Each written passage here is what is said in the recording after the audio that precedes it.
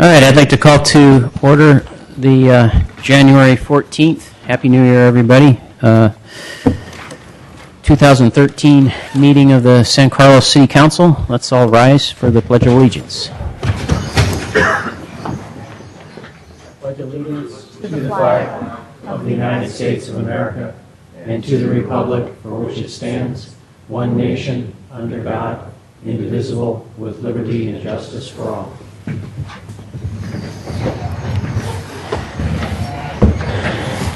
Changes to the order of the agenda. Do we have any changes?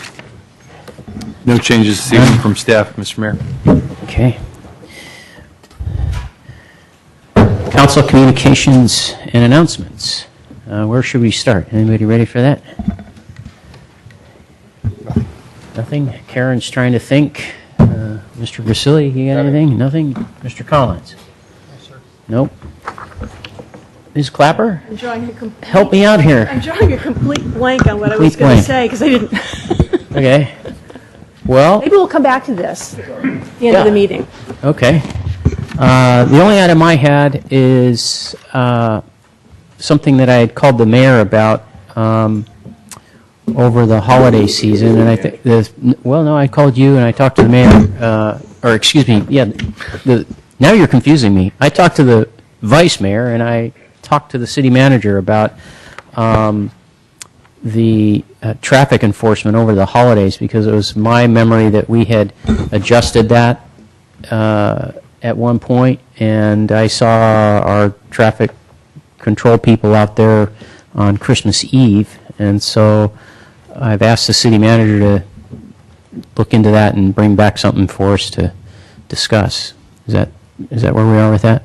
That is where we are, and in fact, I'll send an email with the attachment out to the entire council, but we do have resolution. You're correct, that was a change the council made a number of years ago, and then the council made a second change and they changed it back. Okay, so we're back The to... current status is enforcement on Christmas Eve. So. Okay, all right, so we may want to see that again and take another look at it. And that's what we're going to do, is we're going to bring it back for a discussion item? That's not the plan right now for the council to bring it back for a discussion item. It was just to answer the history. If the council would like it to come back, then we'd look for direction from the council this evening on whether or not they'd like to agendize that topic in the future. Okay, so right now we are not, we don't overlook traffic enforcement on Christmas Eve and I guess New Year's Eve, but we could. All right. Well, I'll just leave it there. If somebody wants to have that discussed, speak up now, I guess, if you want to take a look at that. Or you can bring it up another time if you want to think about it. But that's where we are right now.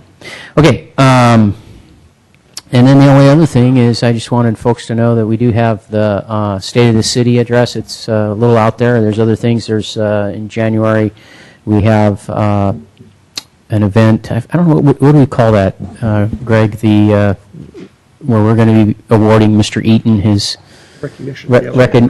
Chamber of Commerce Recognition Gala. That's right. Yeah, I only picked on Greg because he was looking right at me. So that is coming up in January. You can get January 22nd, and you can get tickets for that if you're interested in attending through the Chamber of Commerce. It'll be over at the Hotel Sofitel. And then a little further out in February, on February 21st, is the State of the City address. That'll be, I think, 5:30 to 7:30 at the Hiller Aviation Museum. So you might want to mark your calendars.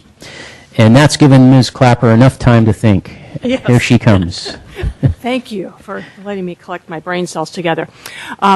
One of the things I wanted to mention was I went to the CERT holiday potluck supper that they had in December, and it was really great to see people come together from Belmont, Redwood City, San Carlos, Redwood Shores, people that have gone through the CERT training for emergency preparedness, over the years. Some of them are a group of, came out of the group of 40 who were just recently trained, and really neat to see the camaraderie of that group spanning across the different communities. And I just wanted to commend Jim Skinner and Christy Adonis for providing the inspiration for keeping the community group together like that.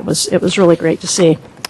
And the other thing I wanted to share is I received a notice about a presentation of from the Sierra Club Sustainable Land Use Committee that's going to look at the Sierra Club Sustainable Land Use Guidelines. And that's going to be presented this Saturday, January 19th from 10 until noon in the Menlo Park Library Meeting Room. And we'll look at best practices in transit-oriented development with guidelines recommending practices and features to make projects near transit livable, green, and minimize car traffic. So for anyone who is interested in that. Those are my 2 items. Thank you. Okay, thank you very much. That moves us to item 4, which is public comment. It's an opportunity for members of the public to address the council on items that aren't on the agenda. And I think I have one speaker card from Jenny Zhang, if you'd like to come up.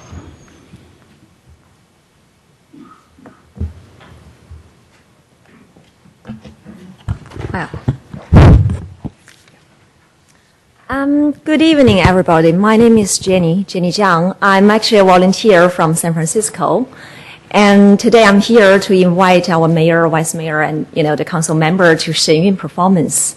It's the best classical Chinese dance and music performance in the world. Yeah, well, Shenyun comes from a non-profitable organization in New York, and they travel around the world, try to revive the 5,000 years of civilization of China, which, already got destroyed by the communists in China in the past century. So, in March, they will come to San Francisco, to the Orpheum Theater, and you will see more than 100 artists perform here with, a live orchestra which combines the Eastern and Western instrument together.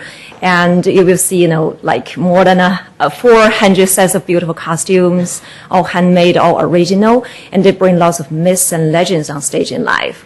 And, this is the thing, well, actually, the audience found the show not just, beautiful and entertaining, but also uplifting and inspiring as well, as they present the universal value and, the ancient wisdom from China, like, respect to parents, loyalty and dignity, the truthfulness, compassion, and all this message. So, they go sold out in Lincoln Center, Kennedy Center, and some of the top venues in the world. And in early January, they come to San Jose and also Sacramento. They got sold out as well. They just finished a tour in Argentina. They had 8 performances there, and people just love it. And everybody, when they went to Canada, the prime minister and the senior government officials give them the highest prize. Yeah. So very good. So that, if just to summarize, then there's a performance you said in San Jose. They already had a. They already have that. Okay. San So the Jose next one coming up is in March in San Francisco. San Francisco. March. From the 23rd to the 27th. 23rd to the 27th. Yes. Okay. Very good. Thank you. Thank you for coming and letting us know. Yeah. Thank Appreciate you. that. I actually have well, okay. I cannot display the video. So here's the newspaper. I have sorry, I only have 4 copies, but I can share with everybody. Yeah. Thank Very you so good. much. Thank you very much. And I hope everybody can make it for March and, to support the Noble Mission as well. Very good. Thank you. Thank you. Another speaker. We do. So we have another speaker for public comment, Dimitri Vandelos, sorry. Couldn't read that quite right.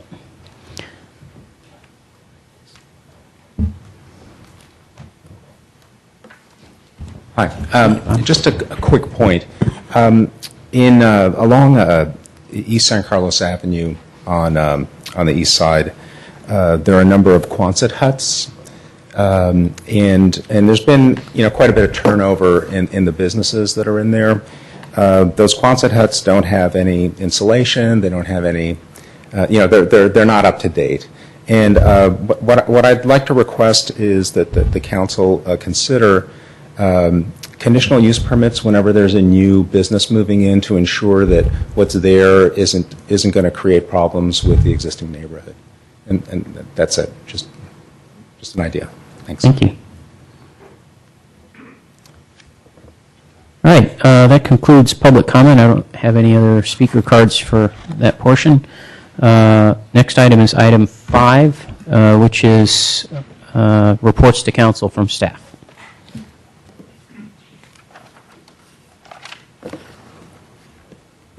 Good evening, Mr. Mayor, City Council, Christine Boland, Director of Community Relations and City Clerk. Tonight I'm here to provide a brief report on the upcoming vacancies on the Transportation and Circulation Commission.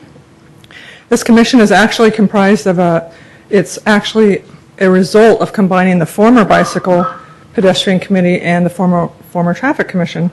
Each was a 5-member commission, and it morphed into the Transportation and Circulation Commission for a 7-member commission.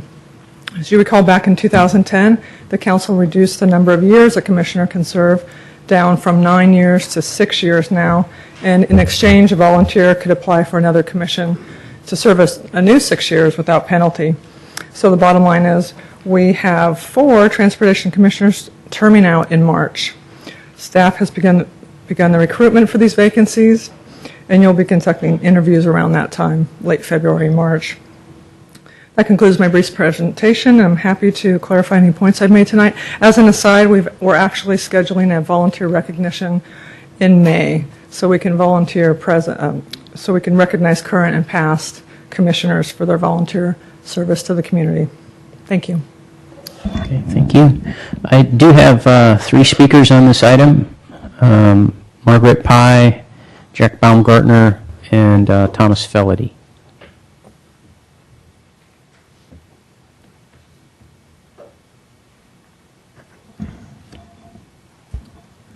Hello, I'm Margaret Pye. I'm currently the chairperson for the Transportation and Circulation Commission. I'm pretty alarmed about the fact that of the 5 of us, 4 are due to be termed out in about a month. I think this is going to be devastating to the city to have all this experience and hardworking people with a background with the Transportation Commission all departing at the same time. I also think it's going to be a lot of work for the Public Works Department and for you all to interview that many new candidates. I also feel sorry for Jay Walter, our fairly new Public Works Director, because he would have to be orienting 4 new commissioners all at the same time. I'm really hoping that you can come up with some kind of a loophole in municipal code or some kind of an exception that will allow at least a couple of us to remain serving on the commission for a transitional period until the new people become more experienced. In addition to that, I just wanted to mention that I'm actually against term limits as a concept. I just don't understand what purpose is served by having the 4 of us who are very hardworking and experienced people who have devoted the last 6 years to becoming knowledgeable and experienced in this area, the transportation of the city of San Carlos, having us all depart at once to have 4 new people participate. I don't see any upside to having term limits. But the municipal code seems to have a discrepancy in it because the section that pertains to the Transportation Commission specifically does say that we're allowed 9 years, 3-year terms. I understand that municipal code also says that all commissioners in the city only have 2 3-year terms. So that discrepancy is why some of us didn't realize until very recently that the 4 of us were going to have to leave. So I'm imploring you to come up with some kind of an exception so that we don't lose 4 of the 5 of us at once. Thank you. Thank you. Jack Baumgartner and then Thomas Felady. Mr. Mayor, council members, I'm Jack Baumgarten. I've been a resident of San Carlos for 27 years. I live at 291 Chestnut Street. I've been a member of the Transportation and Circulation Commission for almost 6 years. I'm not here to repeat what Margaret just said. I do want to offer a recommendation, however. Before I do that, I'd like to name tell you a little bit about this commission. It's not just an advisory group that meets once in a while and gives advice to staff. This group has gone out and been hands-on. They've done a lot of work for the Public Works Department, for various groups like Safe Routes to Schools and others. I'm going to name a few. For example, early on, we all went out and surveyed each of the schools in San Carlos to identify requirements for crosswalks, curb cuts for people with disabilities and women with strollers. A lot of that was used over the years to identify intersections that needed work. We surveyed all the bicycle lanes up and down Old County Road and actually did a design of the lanes and the parking situation, and that led to the grant that's leading to the East Side Connectivity Project that's coming up soon. We participated in the Highway 101 study to try and make that a better, more accessible route for people to come and go from the east and west side of San Carlos, and we're still fighting that battle. We worked with parent schools at White Oaks and Arundel, setting up the original Safe Routes to School program and also going out to get some money to support some of those programs. We started with Hometown Days and the Art Fair and other San Carlos functions, actually going out and running, setting up the bike parking and running it ourselves. We prepared and coordinated and wrote and coordinated the whole bicycle transportation plan, which will be the basis for grants and monies going forward for traffic and street improvements in the future for many years. And we've worked with the Public Works Director on many, many other projects. So we're more than just an advisory group. And this particular set of people are particularly attuned to the regulations that regard bicycles and cars and traffic and things that go on in this city. So a lot of experience there that helps. So what I recommend is if you decide to do something, as Margaret suggested, probably the most obvious thing is say, well, let's keep two of them and extend them for a year or two. Okay, I'm recommending that you don't do that, that you extend all four of the people for a period respectively of 1 for 1 year, 2 for 2 years, and 1 for 3 years. That has a lot of advantages. One, there'll be a continuity of all these projects like Transit Village, Wheeler Plaza, Highway 101, and the East Side Connectivity Project. It'll provide for a better overlap of the old and the new. It'll make recruiting a heck of a lot easier and give everybody more time to get the right people into this, because 3 of us on this commission are bicycle and pedestrian advocates. We go to a lot of meetings with other groups involving these programs. Well, finally, if you toss all this out and you decide to let all 4 of us go, you need to figure out some way to keep the gal that just talked in front of me, Margaret Pye, on the commission. She does an extraordinary amount of work and puts in an incredible amount of time and effort for the good of this city. And if you lose her, you're really losing a tremendous asset. Thank you. Thank you.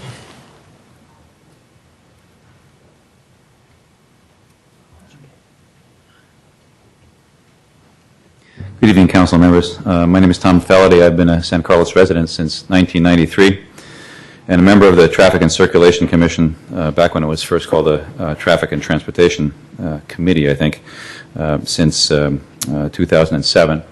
And I can't repeat or do better than what my previous 2 speakers have said about this commission. But all I can say is that one of the things about San Carlos that I think I like and many of the residents do is that there's a nice blend between the various modes of transportation, and it's kind of what keeps this city alive and vibrant without becoming too much like Palo Alto, perhaps, or Burlingame, or some of the other cities and towns up and down the peninsula. And so the commission members that are currently sitting have developed a balance and a feel for this environment that San Carlos residents seem to like, and I think that's probably what you're going to miss or lose if 4 out of the 5 of us get termed out right away. So as was mentioned here previously, you have various options available to you. One that perhaps is also worth mentioning is the fact that the rule as currently written with regard to term limits could be modified to some extent to take into account this particular situation, so that if you've decided that term limits are what you want, you can have them, but also provide there some means of escape, so that if more than a majority of members of a commission are being termed out, that there's an additional part of that regulation that says that some of the members can be retained.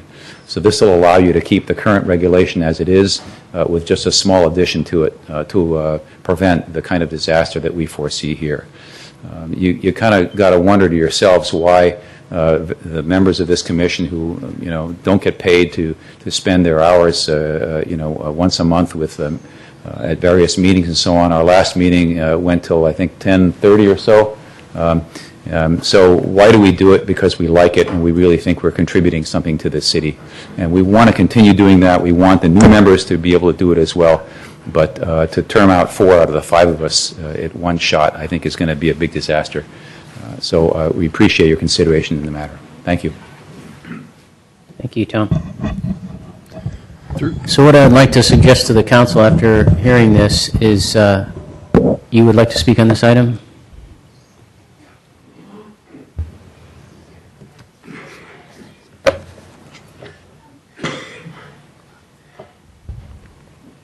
I'm a clear San Carlos resident since 1958. I didn't know this was going to be discussed, but I do want to echo their concern, because I've been to the different commission meetings, and they do seem to be very knowledgeable, and they don't have very many people that usually come to those meetings. So you probably don't have a very big backlog of people that would be really qualified to fill those seats. So I hope that you will figure something out. I feel a new connection with Bonnie. I was born in 1958. I don't know if she heard that, but I hope not. We used to be neighbors, so okay. All right. I think the city manager wanted to. Yeah, I'd just like to point of clarification, if I may.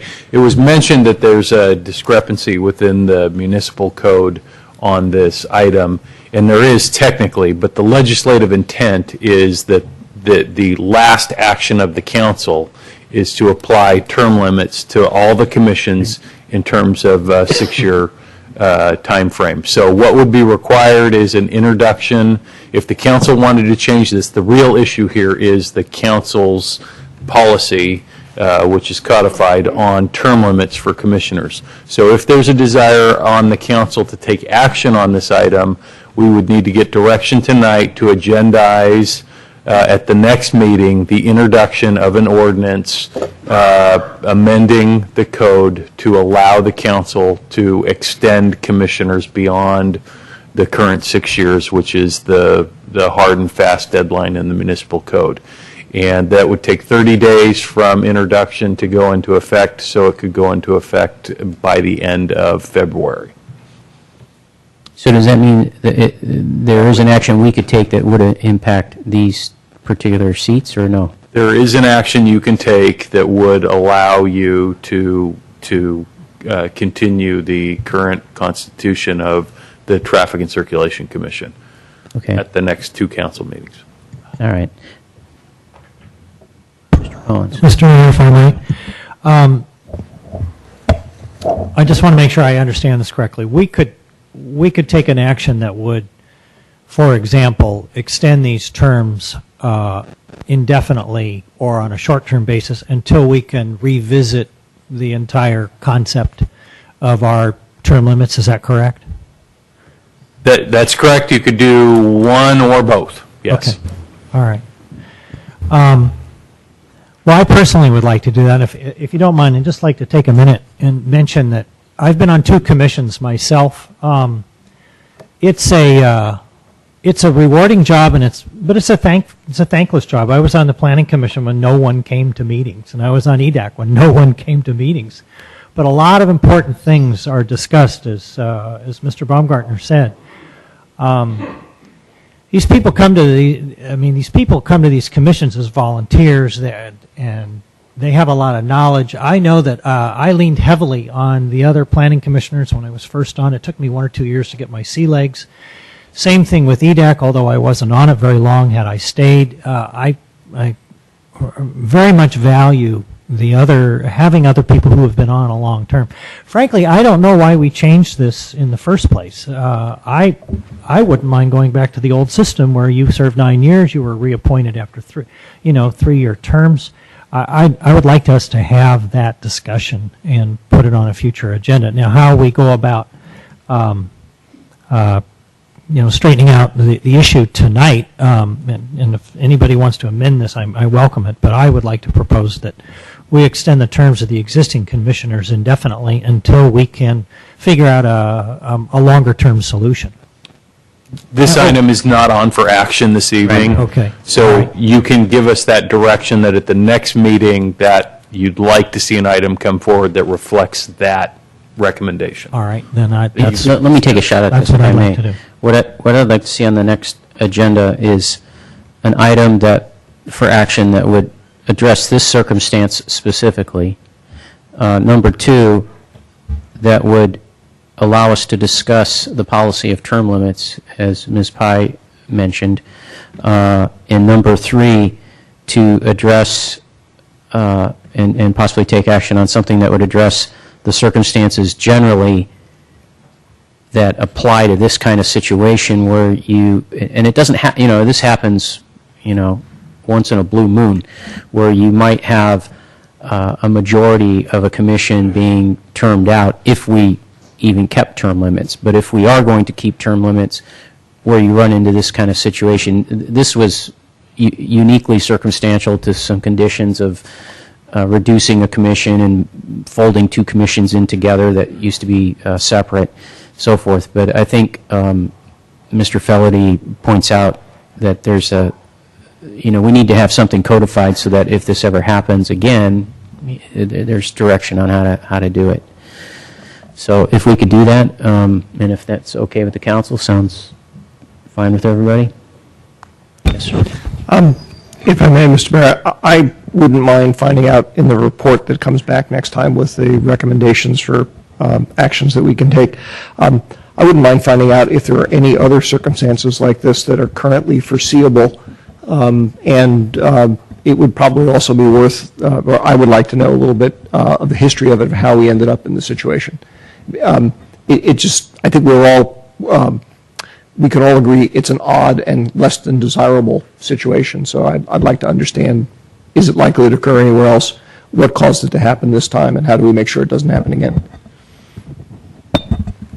Well, I was going to say, what caused it to happen, I think, as the mayor said, is the combination of those 2 groups. And then, what is it, the law of unintended consequences, where we wanted to have, the council at the time felt that we wanted to get as many people involved in city government as possible. Mm-hmm. And so that's why we set the 6 years. I can't remember whether Mayor Grocott and I voted for it or against it. I don't remember how we did, but there was a majority of the council that felt we should have that to get a lot of participation.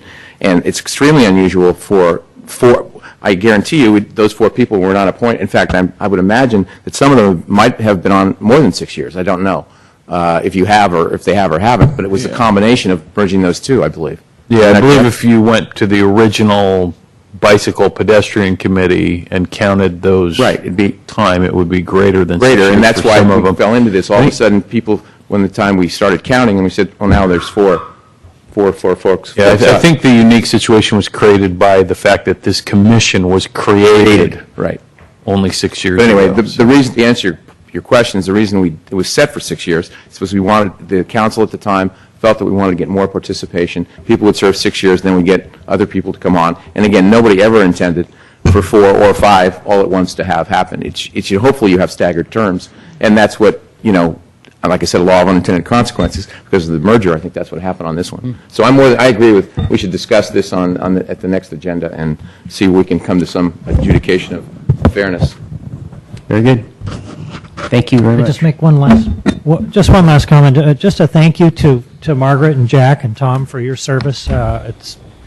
It's a job that a lot of people don't want, even though it's very rewarding. And I just want to publicly thank you for the work that you do for the city, and I hope you continue.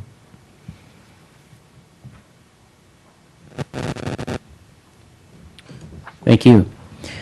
That brings us to item 6, which is approval. Mr. Mayor, I'd just like to Sorry? make a report to council that we had a closed session at the special meeting, did, and yes. there was one action that is required to be disclosed, and I did make the announcement at the end of the special meeting, but it's been my practice to announce it at this meeting as well, so the public's informed of those types of decisions.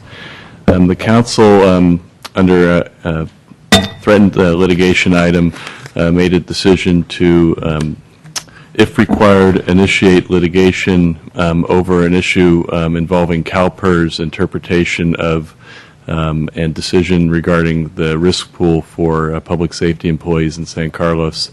That if it's required, you've authorized us to initiate that litigation. Thank you for reporting on that.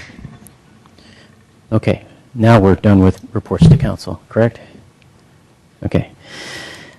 All right, that brings us to item 6, which is approval of the consent calendar. All the items in the consent calendar are, if you will, in a basket, and we approve that basket unless somebody wants to remove something from it.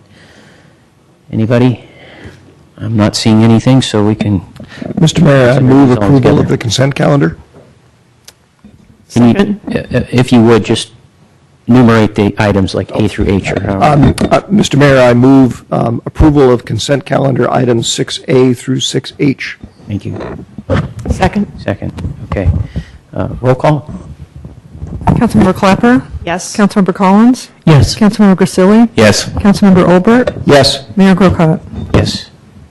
All right, that brings us to item 7A, but before we get to that, I've got a speaker slip. It says agenda item San Carlos TV, so I'm not sure if that's public comment or.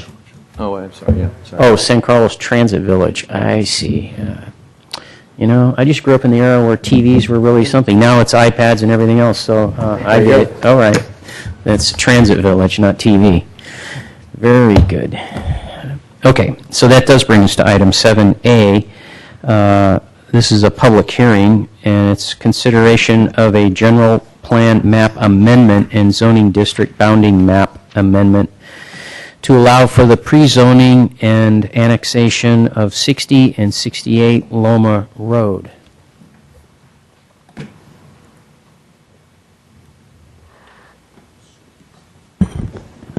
Good evening, Mayor, Council. Stephanie Bertolo Davis, Senior Planner. Tonight there is a public hearing request in front of you for a pre-zoning and annexation at 60 and 68 Loma Road.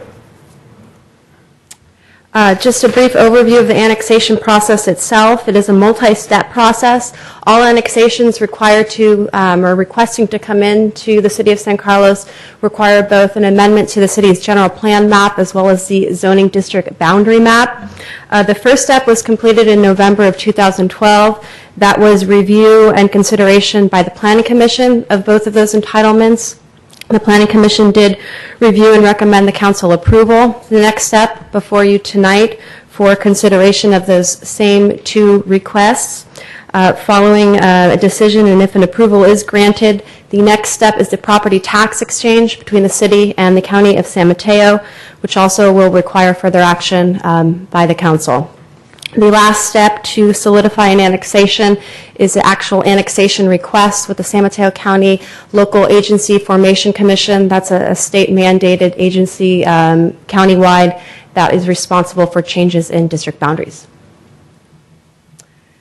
Brief description of the site itself. It's two parcels. They are dashed and outlined here. Parcel A, 60 Loma, Parcel B, 68 Loma.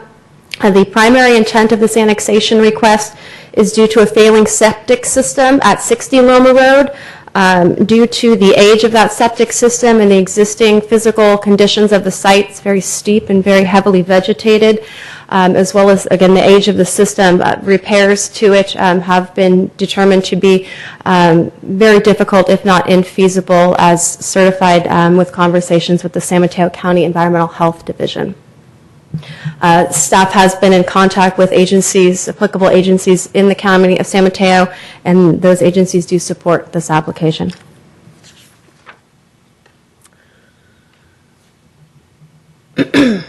So the first entitlement request, the general plan map amendment, the sites are proposed to have a general plan land use designation of RS3, which is a single-family low density. This designation is consistent, single-family low density at a 3 dwelling unit per acre designation. This is consistent with the intent of the city's single-family low density land use. It's also consistent with the adjacent city parcels immediately to the north of the site. So the second entitlement request before you tonight is for the zoning district boundary map that would change the city's boundary limits to include these 2 parcels. The proposal is to pre-zone these parcels with a zoning designation of RS3 single family low density. That's consistent with the general plan designation that I was previously discussing. Also, again, consistent with the 2 immediately adjacent city parcels and as required by the zoning ordinance. The city's zoning ordinance has a specific chapter that is outlined specifically for criteria for annexation requests. This proposal is found to meet all of those requirements, contiguous to a city boundary and to city streets. The ordinance also requires that a fiscal impact analysis be prepared for any kind of annexation to determine any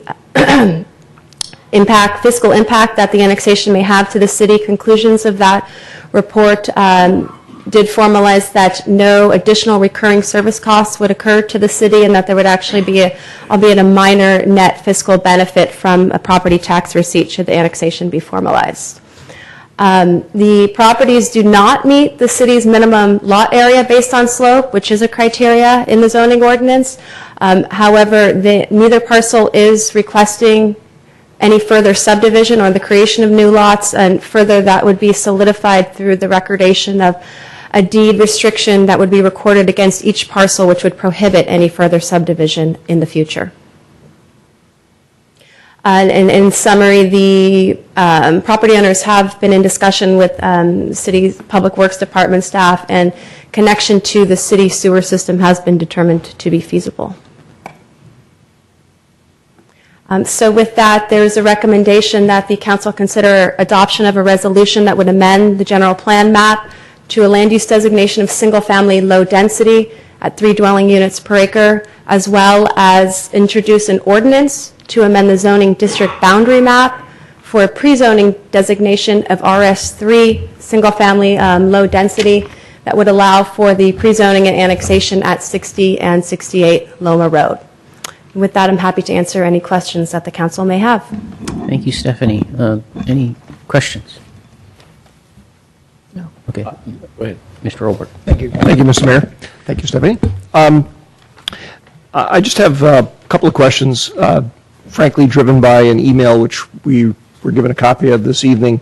I just want to clarify something. The writer, the author, made the comment that 80 Loma Road and 68 Loma Road have a common driveway, and I think the gist of the question is the concern over whether or not making a decision about 68 requires action on 80 or impacts 80.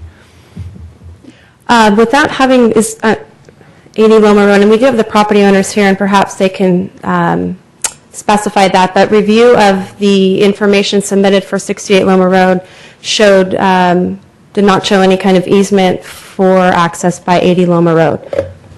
From your map, do you happen to know which one is 80? Oh, you don't? I don't, I'm sorry, I don't. Right. It might be this. This one? Or is it in the county here? No, it is actually. Oh, it's in St. Cloud already. Okay. Okay. That answers that question. Okay. Yes, it does. Mr. Black's here. He's going to speak, actually. That's fine. Thank you. That was the same question I had, but it's already in St. Carlos. So. Other questions? I just had one, because you mentioned about the lots being undersized for our typical lot size.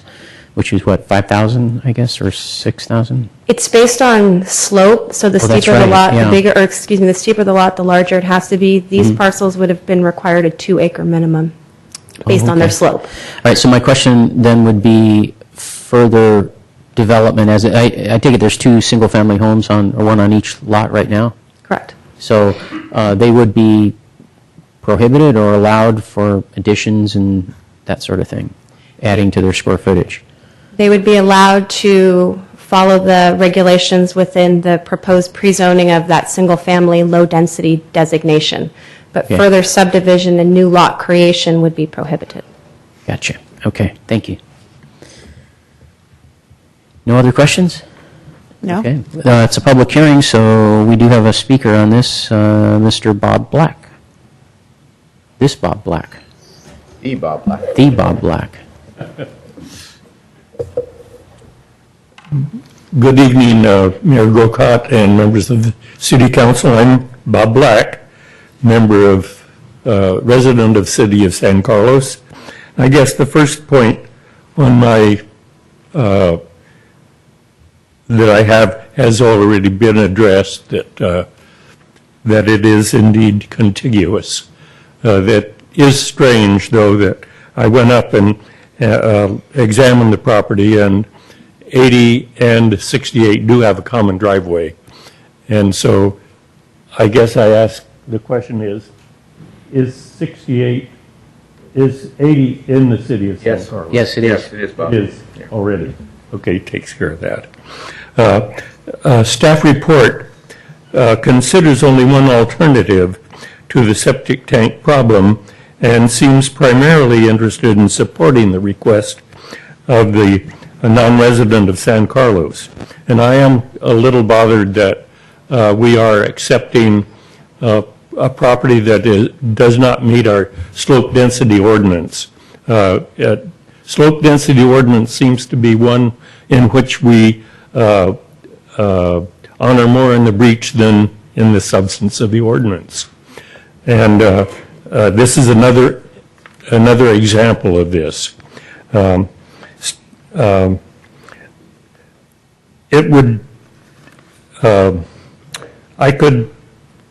This could set a precedent for further requests for annexation of properties adjacent to San Carlos whose septic tanks are failing. Where would you draw the line on this? And unless San Carlos has a clear policy on such annexations, the city council can be accused of favoritism. In this case, the council is requested to grant a favor to a property owner who is not within the city of San Carlos and who, because of the slope of the property, does not meet some of our conditions. I do request that you, as the city council, develop and establish a clear, relevant annexation policy before deciding on this matter. It's something you might do tonight, but I think you must have a general policy that handles these issues. Thank you very much. Thank you, Mr. Black. Okay, I don't see any other speakers on this item, so Mr. Mayor, I'll make a motion to close the public hearing. Close the public hearing, very good. Second. Second, all in favor? Aye. Aye. All right, discussion on the item. Yes, sir? The one thought that occurred to me is, and it's not actually directly related to how I will evaluate the particular proposal in front of us, but if it were possible to do so, I wouldn't mind if staff were to spend a little time reviewing whether or not there are other things like this likely to be occurring in that area. Septic systems do fail. It almost sounds to me from the discussions we've had so far is that one should almost expect them to fail in this particular situation.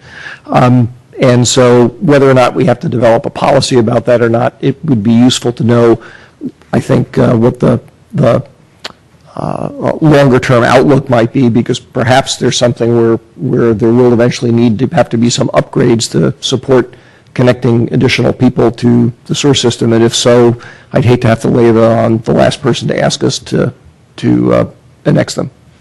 If I may, well, since I've been on the council such a long time, and I think even Bob was on the council, we did exactly this, exactly what Mr. Black was asking for. I remember going through this and looking at annexation policies and reviewing them and making some adjustments. But basically what it came down to, actually, to speak to Mr. Black's concern about showing favoritism, we dealt with that. That was part of the issue, in a way, was to look at it in terms of public safety. And therein lies the issue, really, on a lot of these annexation requests that come forward, is we felt like, as a council at the time, that if we're going to have properties in our influence area, so properties in Devonshire Canyon or up here on Loma Road and areas like that, that are on septic, if that septic fails, that becomes a public safety issue, and it's in our sphere of influence, so that concerns us.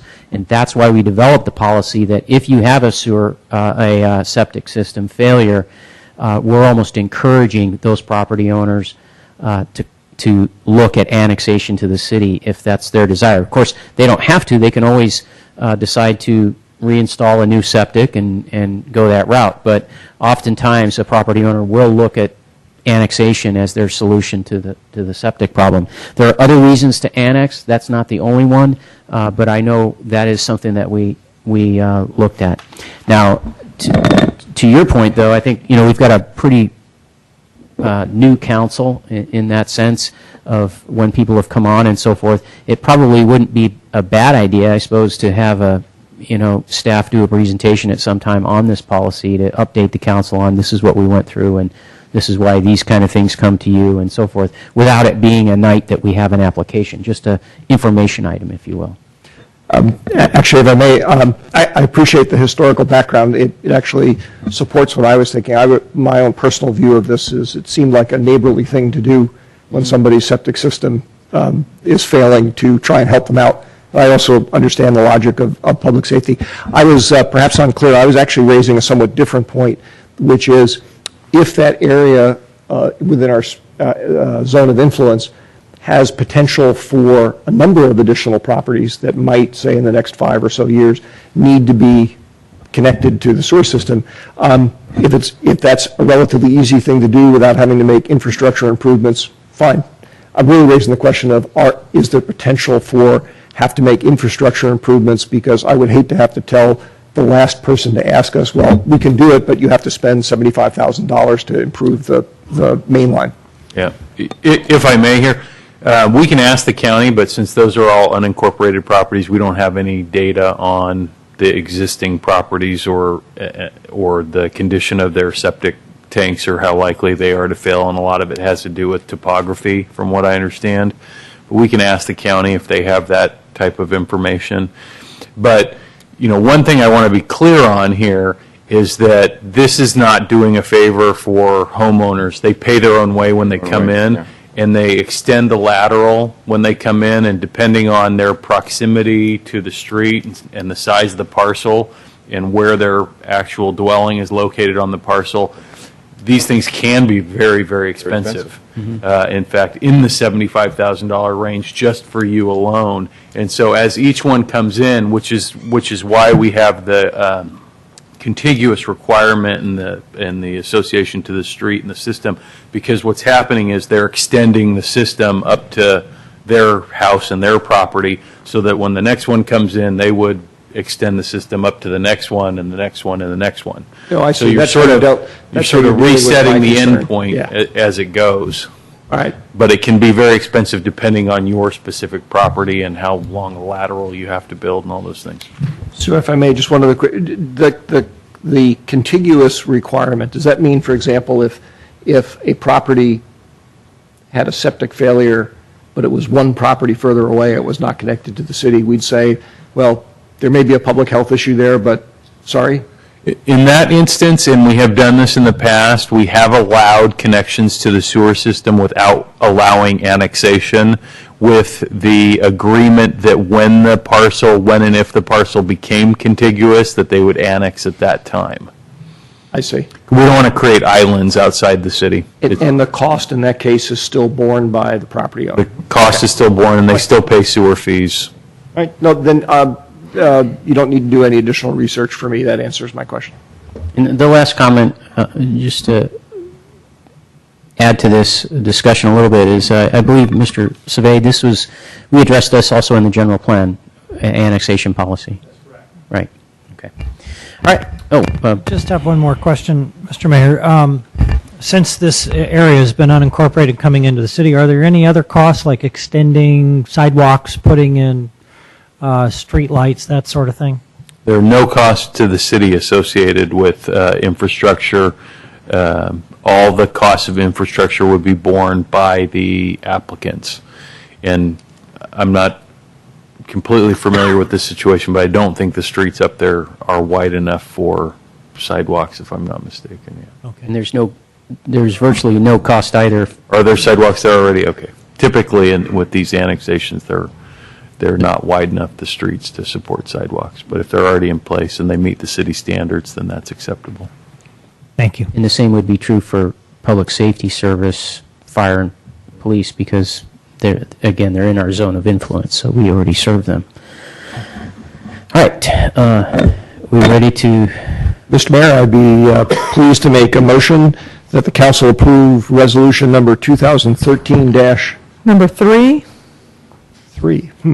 3, resolution of the City of San Carlos City Council adopting a general plan map amendment for the properties located at 60 and 68 Loma Road, APN 051-472-020 and 051-472-040 to a land use designation of single-family low-density, parentheses, 3 DU per acre, close parentheses. Second. Roll call. Councilmember Clapper? Yes. Councilmember Collins? Yes. Councilmember Grisilli? Yes. Councilmember Olbert? Yes. Mayor Grocott? Yes. I'm just curious at the 3. Me too. What else have we done? 2 items on the consent calendar, That's what I was looking. Okay. F and G. F and G. Okay. Sorry, G and H. Mr. Mayor, I think we need another vote, don't we? Need just one more, Stephanie, or 2 more? There's an ordinance. One more for the ordinance? We have to introduce an ordinance. Or introduce an ordinance. So I'd like to make a motion to introduce ordinance number 1453.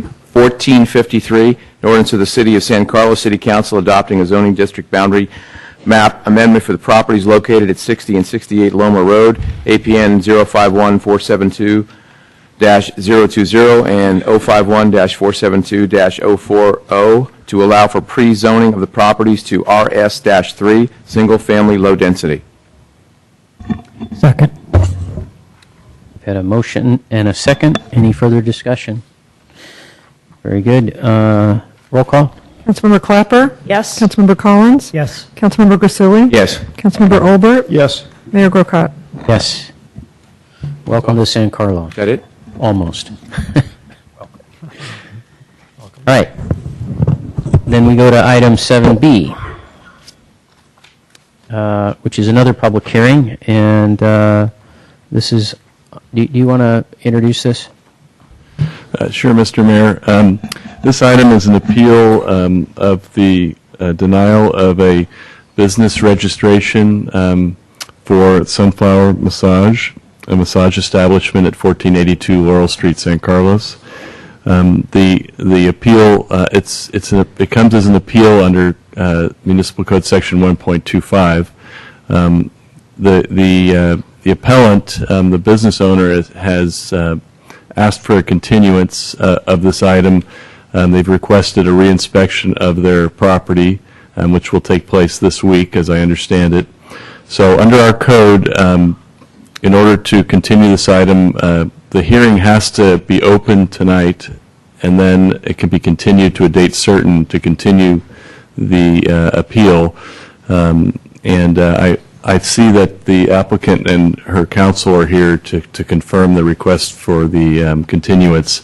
But again, we need to open the public hearing, take any public testimony that might be here tonight, and then after that, you can keep the hearing open and continue to the February 11th, 2013 date. Very good. Well, the hearing is open. So do we have any speakers on this item? I don't have any speaker cards, so if you could fill one of these out afterwards, that'd be great. I think I did. Oh, you did? Oh, maybe I missed it. 7B. Oh, I'm sorry, you did. There you go. Okay, go ahead. Good evening. My name is Bob Carey. I'm an attorney. I represent Sunflower Massage. What Mr. Rubin said is absolutely correct. We have an inspection of both a fire inspection and a inspection by the building department set for tomorrow. I anticipate that those matters will be completed by the end of this week. In addition, we're requesting that our opportunity to present evidence be continued in a sense until the next hearing of the City Council on February 11th. And the reason for that is that I'd like to sit down and discuss with the city staff and with the city attorney the resolution of certain factual matters that are contradicted in our appeal. And I'd respectfully request your indulgence in that in that matter so that we can put together a presentation, and it will be a far different presentation than is in our present appeal, in the sense that certain factual issues will be developed. Very good. Thank you. And would Lee Yang also like to speak? Or she would just also, she is here. Yeah, she filled out a card, so. And she'd like to request a continuance. I filled out the card for her. I see. Okay. Thank you very much. Thank you. All right. Okay, it takes a motion to continue the public hearing. Mr. Mayor, I move that we continue the public hearing on this matter until our February 11th, 2013 meeting. I'll second that. All right, roll call.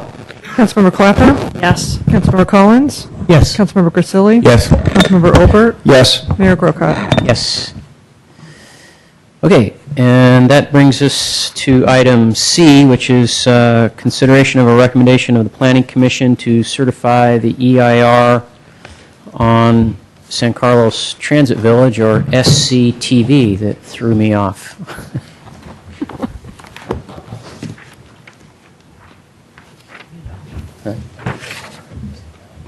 Now you know.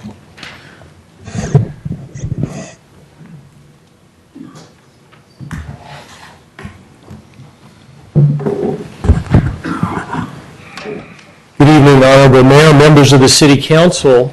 At the December 10th City Council meeting, the City Council and public received presentations from a number of different experts who worked on the environmental impact report. And there are a number of these experts here this evening.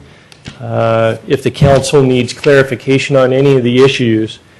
Now that the council has heard from and asked questions of the experts, the next step would be to conduct a public hearing and eventually consider a motion on whether or not to certify the final environmental impact report.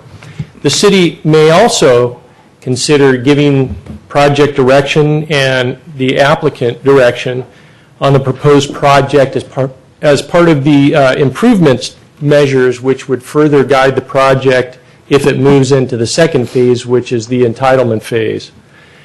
Certification of the EIR is done by a resolution, and I'll get to that in just a minute. But in terms of tonight's meeting, tonight, as I noted, you've heard from the experts.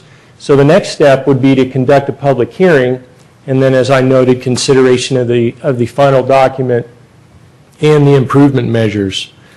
Certification of the EIR is done by a resolution, which is a written statement adopted by the City Council.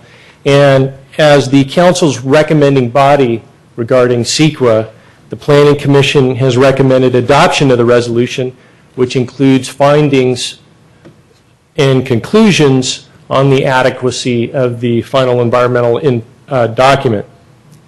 This document is the city's document.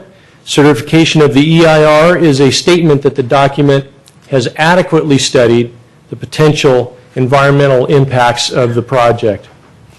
Certification of the EIR also refers to the documents that constitutes the final environmental document. And that would be the draft EIR and all the appendices in that document, the responses to comments document, the errata, which staff has prepared, and Table S2, which is the mitigation measures that have been corrected. Additional improvement measures that as I have mentioned, have been recommended by the Planning Commission, and this is again for Phase 2. If the project goes forward into Phase 2, these are intended to be conditions of project approval for the project to be considered. And they're not intended to be CEQA mitigations, however. The City Council can confirm or modify those improvement measures, and any guidance on them would be helpful for the Planning Commission and the applicant as the project moves forward in the process if it does. May I interrupt you for just a Sure. second there? I just want to get a clarification. When you said the recommendations are not CEQA documents, can you dig into that a little bit? What is meant by that? These improvement measures were included outside of the CEQA process. In CEQA, in the EIR, you have mitigation measures, which are in state code for the California Environmental Quality Act. And those mitigation measures are supposed to reduce any environmental impacts to a level of insignificance. So that's the CEQA part. Those are the mitigation measures. You would be considering those. However, the Planning Commission felt that there were a number of issues that were important to their consideration of the EIR, but they were outside of the CEQA process. And they felt like if this goes forward, then we want the applicant, we want the City Council, we want the public to know that these are some issues we think is important moving forward. So it's really a separate document called improvement measures for future consideration. And that's what is shown up here on the screen. They're included in your packet. So those would be taken up when the project goes through entitlement? That's right. Okay. I'm sorry, I apologize. Should have been listening. Were you saying we're not going to be talking about these tonight? We'll do it in entitlement? You can talk about these. That is I understood that it carries through. That's why I was confused. Yes, you can talk about them tonight. You can add to them. You can modify them. And it's guidance for the future. Okay. So these improvement measures are just guidance for Phase 2. Okay. So, okay, I apologize.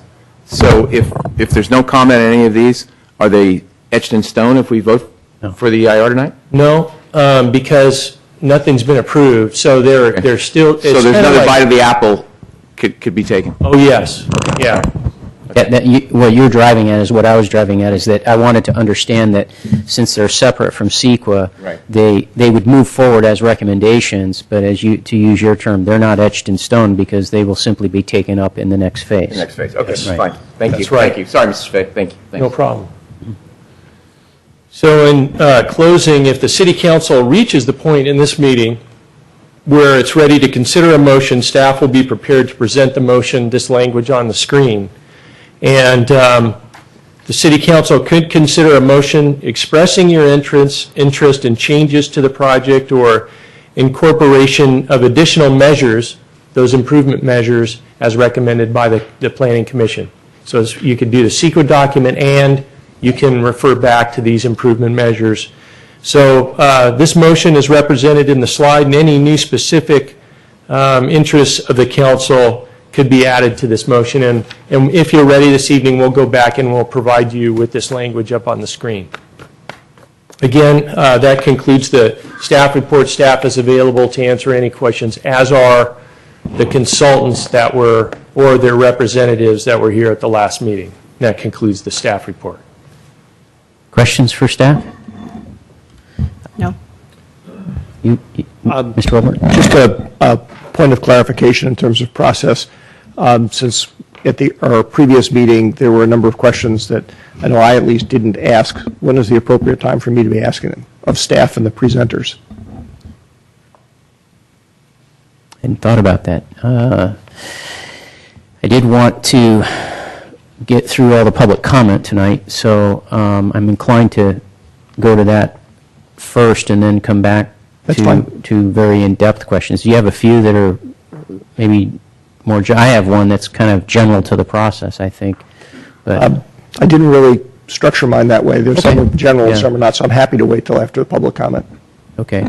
There is one that I do have, and I just want to know how to address it, how to deal with it, and perhaps, according to your answer, not at all. But if you remember on Wheeler Plaza, I voted no on the environmental impact report, and my reason was because it ignored the traffic impacts we have already on Holly Street, except to say, well, we'll put money aside in a fund to mitigate traffic in the future. And my reasoning for voting against it was we're only going to have a further impacted traffic issue in the future, and yet to what we already have, and what we already have is, in my estimation, an unacceptable condition. So what's the point of putting money aside and saying we're going to deal with this in the future and sort of kick the can down the road? And the other thing I heard on that project was we're not required with the EIR to really consider Holly Street, which it didn't. It just looked at intersections in and around the downtown and traffic around the project. And I asked the question, how far do we throw the net? And again, the answer I got was, we're not required to go that far. So my question now is, even though we're not required to go that far, could we make, if we wanted to as a council, could we make a decision we want to go that far? Or is that not, would that be disallowed somehow by, would that be an infringement of property rights or whatever? I believe that Holly Street traffic was considered as part of this EIR traffic study. And what I would suggest is that if you have specific concerns about Holly Street traffic and intersections around there, that you ask that question of the transportation engineer. But I can go into more detail with regard to your discussion. But if I answered your question, then Yeah, you did. yeah. So when we get Good. to asking staff, Through and the so forth, mayor, we can do that. if I may just add to Mr. Save's comments, there's a nexus issue, though. You can't just extend the traffic study to the entire city. You're Well, I'm gonna not have- trying to. Right, you're going to Yeah, have to but have a nexus to the I'm project. looking at Holly itself, not the entire city, but just Holly. Yeah, okay. All right, tonight we did want to have the public hearing, and I just want folks to know, running this meeting, that I've only got a few speaker cards, quite frankly, so it's not that many. And I know there was one person in particular that had I think a PowerPoint presentation that they wanted to give to us. So I'm saying this to the council. My feeling on this is we already spent one meeting where we started at 5 and we didn't get out of here till 11:30, where we heard the city staff and the applicant.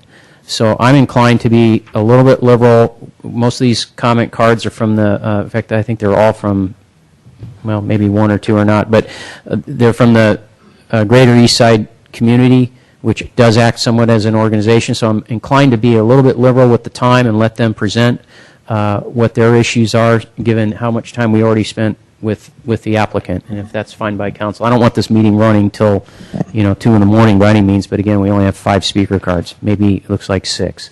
Is that fine with council? I agree with that. Okay. Mr. Mayor, I have no objection to giving them discretion. 30 people wanted to talk, but those guys are on for a whole week, so Understood. Okay.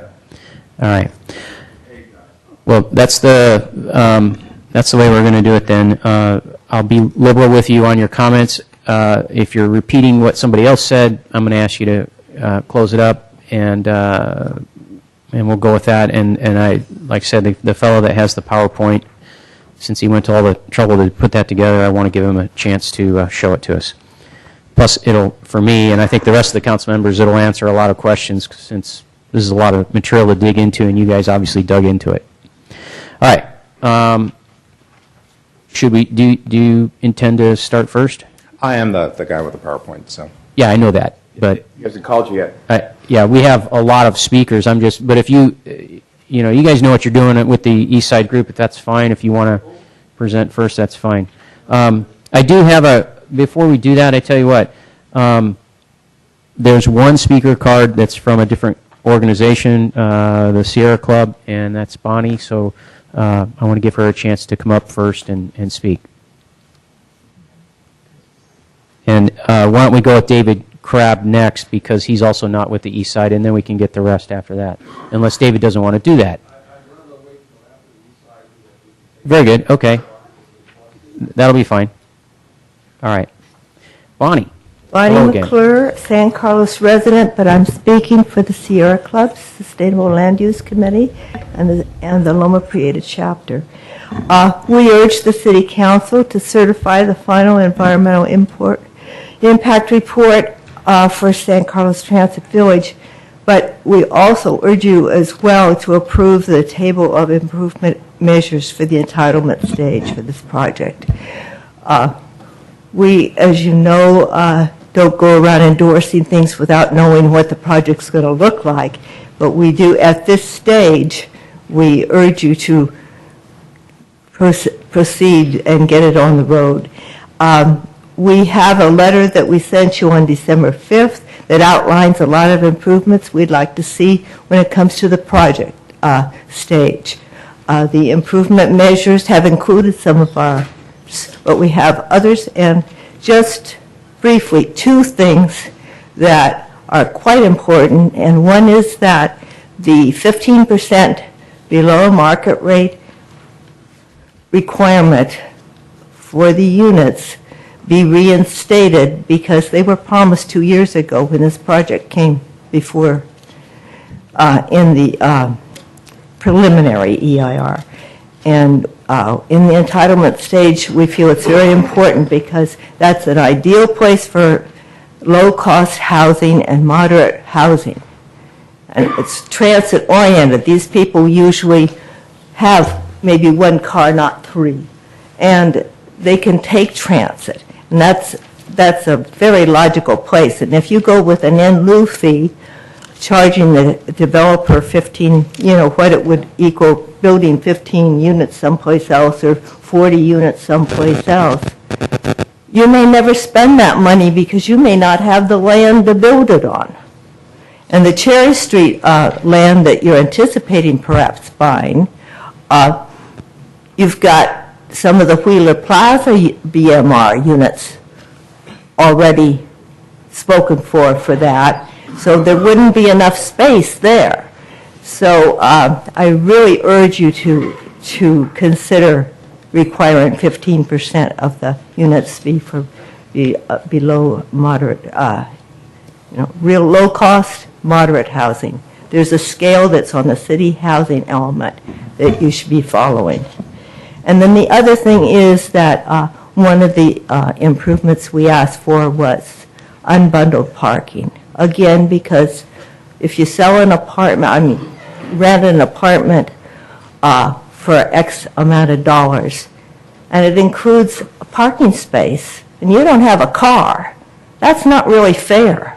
And some guy may have 2 cars.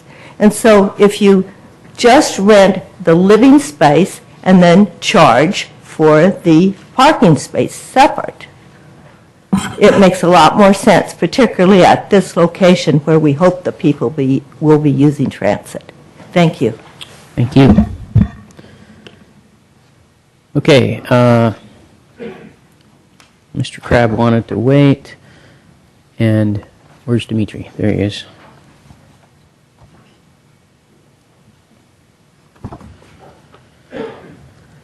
Let's see. Here, let's go that way.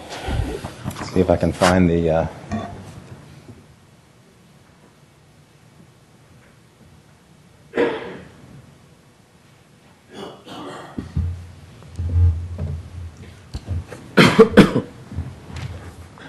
So this has been a very long process. Introduce yourself, please. Hi, it's Dimitri Vandilis. I'm a communications director and South of Holly rep for the Greater East San Carlos Neighborhood Association. And this project and our involvement with it has been a pretty long journey. And one point that I'd like to make is, we've been at this for a long time, and we know these issues inside and out. And we've tried very hard to create a dialogue with the developer and with Samtrans over the years, and it's been tough. It's been a tough road. It's been tough sledding. Can you hear me okay? Beverly, I've got some people in the audience doing this. Oh, okay. Yeah. So, and one point I want to make is, the city made a good effort at the last meeting to send out letters to the community, and we had a large turnout. Unfortunately, no one was able to talk, and we've all been so busy, we didn't try to get folks to show up to this meeting. So the one thing I'd ask the City Council to consider is that the lack of a sea of red shirts here isn't due to a lack of involvement or commitment on the part of the community. It's just that it's a game of attrition. It's very hard for people to come meeting after meeting after meeting. This is maybe our 8th or 10th or 12th meeting that we've attended, and we've had quite a large number of residents show. So let's see. How do I just get this guy to move? The arrow. The map. I'm clicking on it. It's making a. Oh, okay, great. So at the previous presentation, I was taking notes in real time. I don't want to spend too much effort here. The right of way that Caltrain and Samtrans owns is something that they own in trust for the people, for the county. So they are developing quite a few properties, and in my written feedback to the council, I believe I listed a number of them. The Samtrans representative was claiming that there are only 2, but there's significantly more of these developments along the rail corridor. I bring that up because this is a regional effort that the Samtrans is putting together to develop their properties. So I'm not going to spend too much time in the 6.5 hours. A couple of things popped in my mind when they showed the visual representations. The cars weren't to scale with the buildings, so the cars would have been humongous cars next to these smaller buildings. You have to look at the diagrams that are showed by the artist representations with a little bit of a grain of salt, as in some of the feedback that the experts were providing.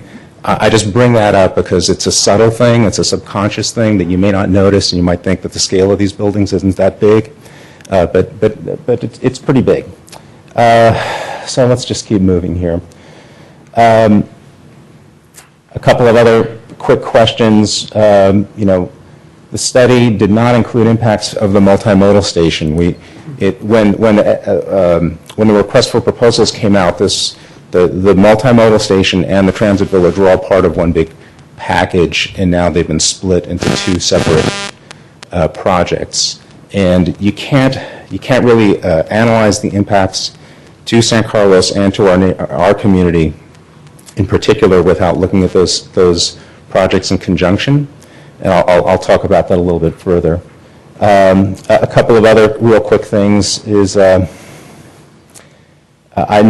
noticed that there was no discussion of improvements at Holly and El Camino, and that's where 4 out of the 6, 2/3, if not more, of the residential units are going to be on the north side of Holly Street. So crossing at El Camino and Holly for these folks who are supposedly going to be taking the train instead of driving.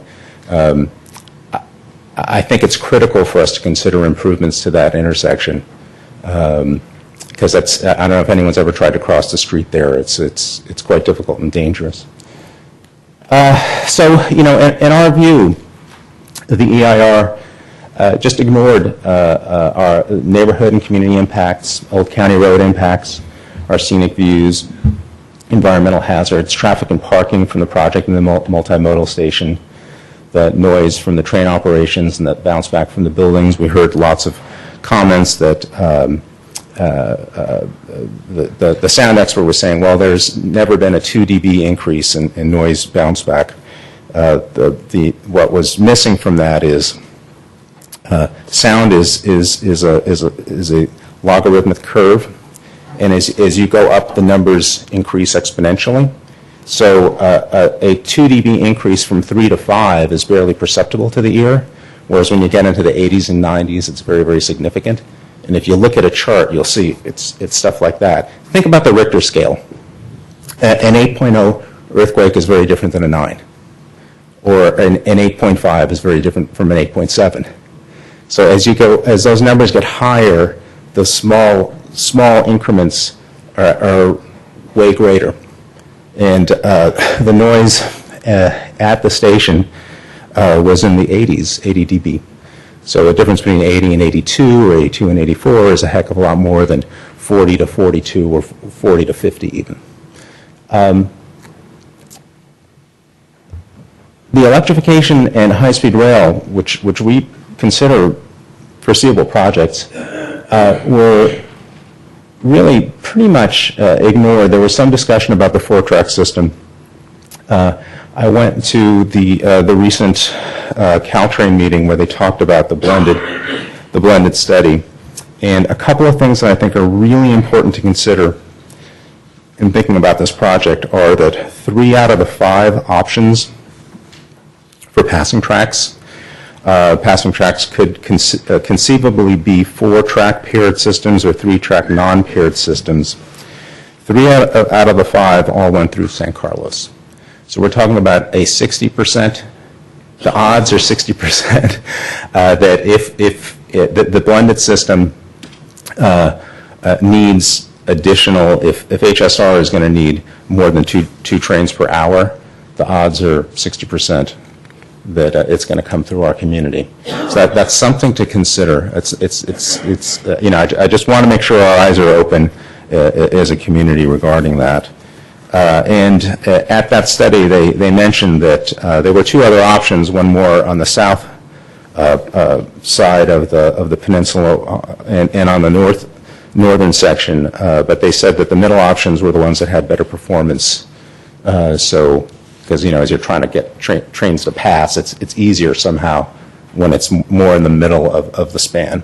So I think in considering this project and considering the cumulative impacts, we need to have our eyes wide open regarding the fact that our berm, which we went through considerable expense and inconvenience to have constructed, may be forced to come down, and there's no way we can tell.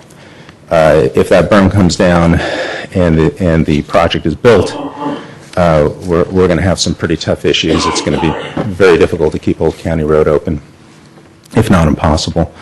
And the impacts to the community are going to be great. So I just ask that the council consider asking those questions and trying to get as much clarity as possible. We can't predict the future, so we don't really know. But in our discussions with Samtrans, they have taken the tack that, that's way off in the future and, it'll never happen. At this meeting, they have a MOU between the Joint Powers Board and the High Speed Rail Authority where they're discussing that. They're talking about exploring ways to accelerate early investment, project delivery, and to clear the early investment in blended system improvements into one environmental document.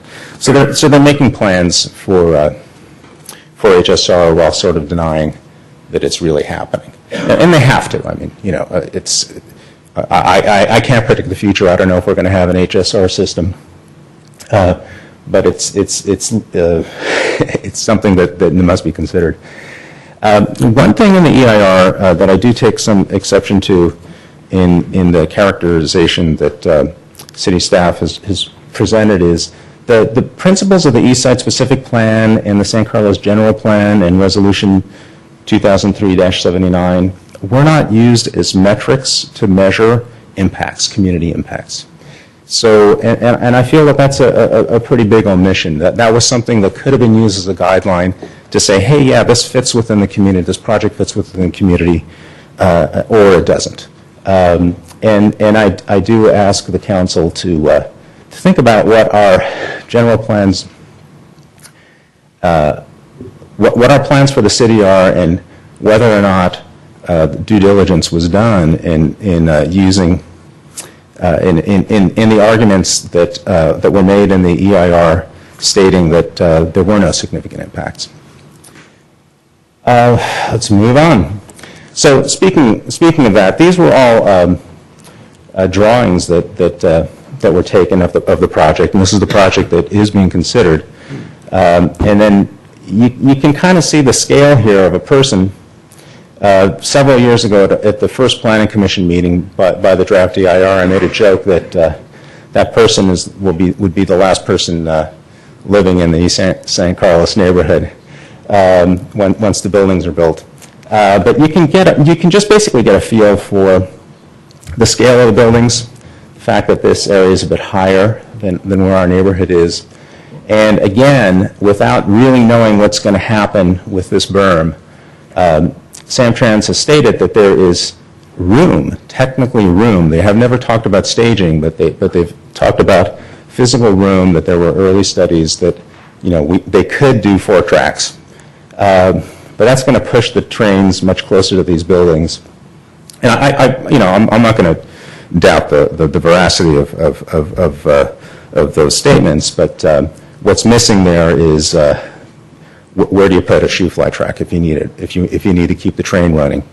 Where is construction going to occur for HSR if this berm needs to come down, or electrification? So we're going to have impacts, and part of those impacts are due to the project itself. Whoa. Let's block. Oh, interesting. It's trying to go to our website. So if you look at the dotted line there, that's the height of the train platform, and you can see, so a train's going to be up here, and the sound guy was talking about how there's really no impact unless one wall is higher than the other. And what I asked the City Council to consider here is you can see that the height of the train is significantly lower than these buildings, and that noise, even though it may only be 2 dB, although the studies weren't made, there will be an impact. It's hard to say that there won't be an impact, but the point I'm making is when you look at those drawings that were presented by the consultants, they weren't showing this, right? And this is kind of a stark. I didn't make these up. These were from their plans. So this is the eastern elevation. Sorry, here we go again. This is the southernmost retail building.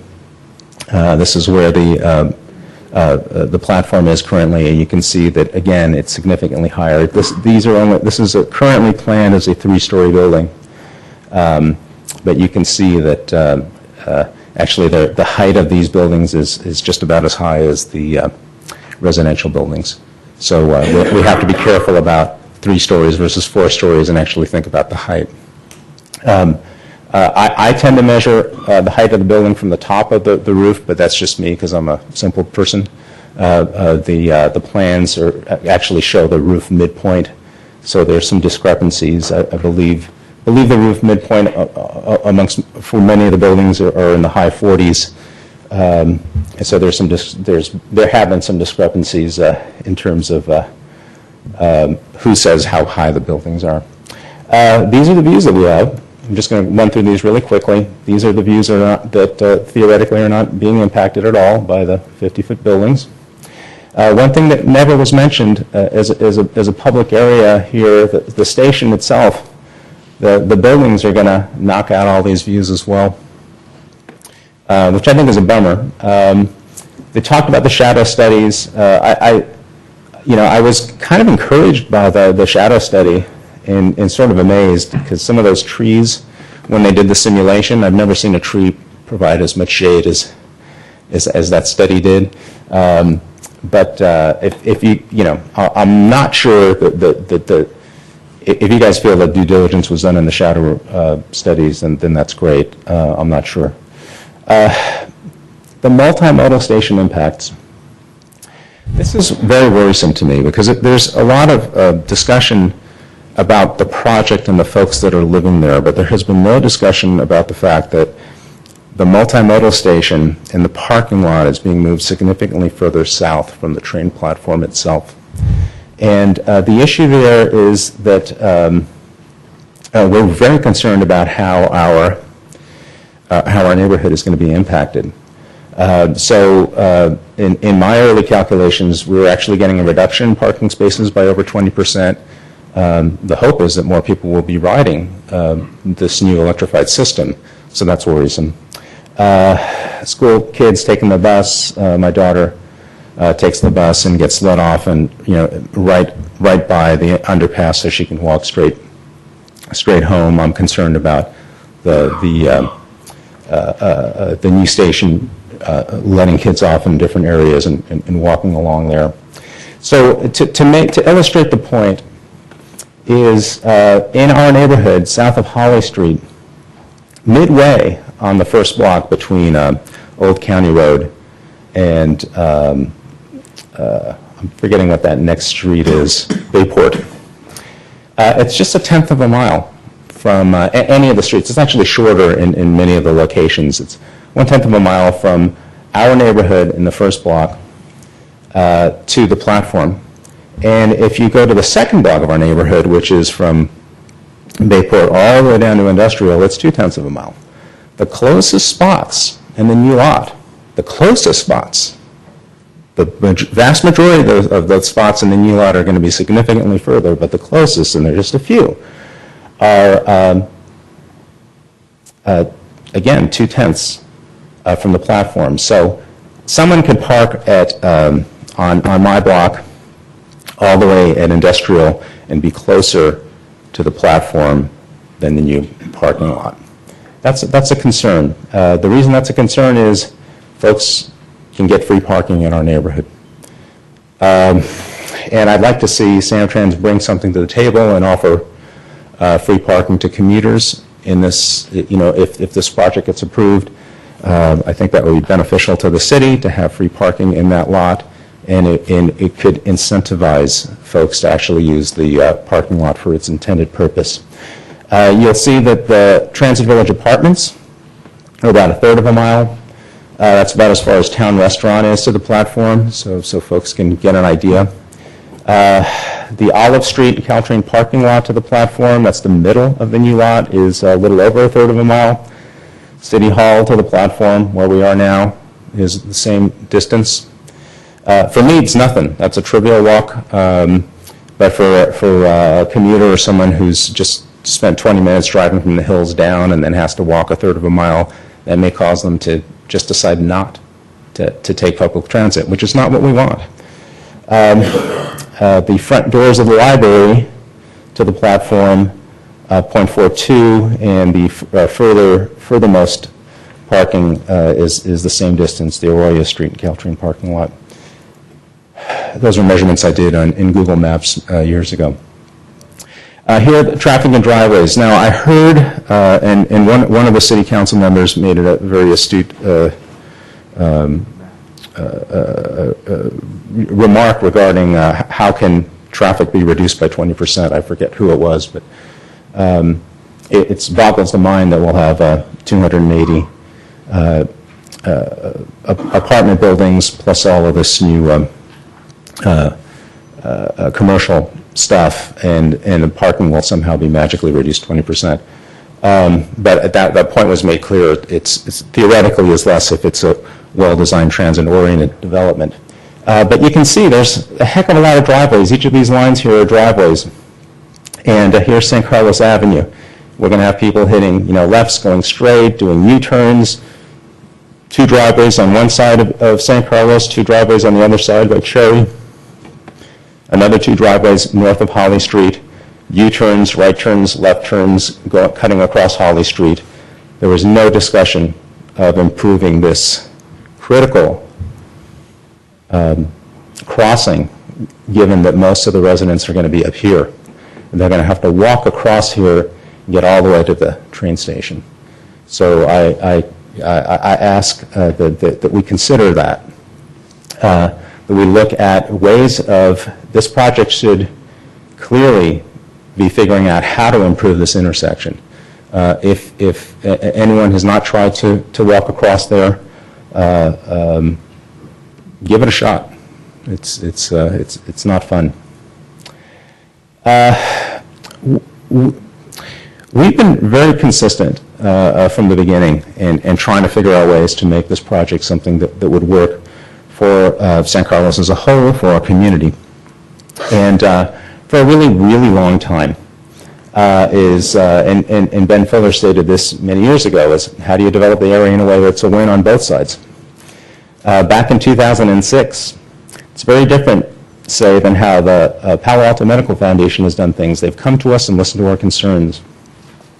There's been no outreach from Santrans in the last 2 to 3 years. That's back in 2006. That has changed very recently, and there have been discussions. But we're left with a plan that's, the onus of making the improvements really lies with the Planning Commission and City Council, because we didn't have a good back and forth. We didn't have a spirit of cooperation and dialogue in trying to figure out how to make this a project that works for the community. So it's a rush job to try to get there. I mentioned electrification and HSR. You can read those bullet points. In terms of mitigations, everything is mitigated by reducing the size and scope of the project. We're deeply concerned about Old County Road. I'm not going to get into those details. They're pretty obvious. We'd like to see shuttles moved to the new multimodal station. If we're making improvements and we're saying, hey, this is a great thing, this new multimodal station, we'd like the shuttles from the east side moved there, since traffic is going to be so much better and reduced magically. We've talked about increasing the landscaping and trees, reducing the height of the buildings. These are some ideas for mitigations that we have been actually amazingly consistent over the years. We'd like to make sure that the electrification project, that there is some review so we understand what the impacts to landscaping and what the impacts to our visual impacts are as regards to the electrification system. There are going to be these big transformers to power these electrified trains. There are going to be catenary lines, and I'd like to make sure that we understand what that system is going to look like. And I'd like to see Samtrans come to the bring something to the community. One idea is to make free parking for commuters using the lot. I mentioned the crosswalk improvements, noise reduction measures for the train, a quiet zone. These are things that we've talked about for years and years and years. Park funds for Loreola Park expansion, getting the developer and Samtrans to pitch in. Samtrans, I was a little incredulous that the Samtrans representative was kind of poo-pooing the idea of $1 million a year that they were making, and then you multiply that by the number of projects that they're considering. This is a fairly significant income stream for them.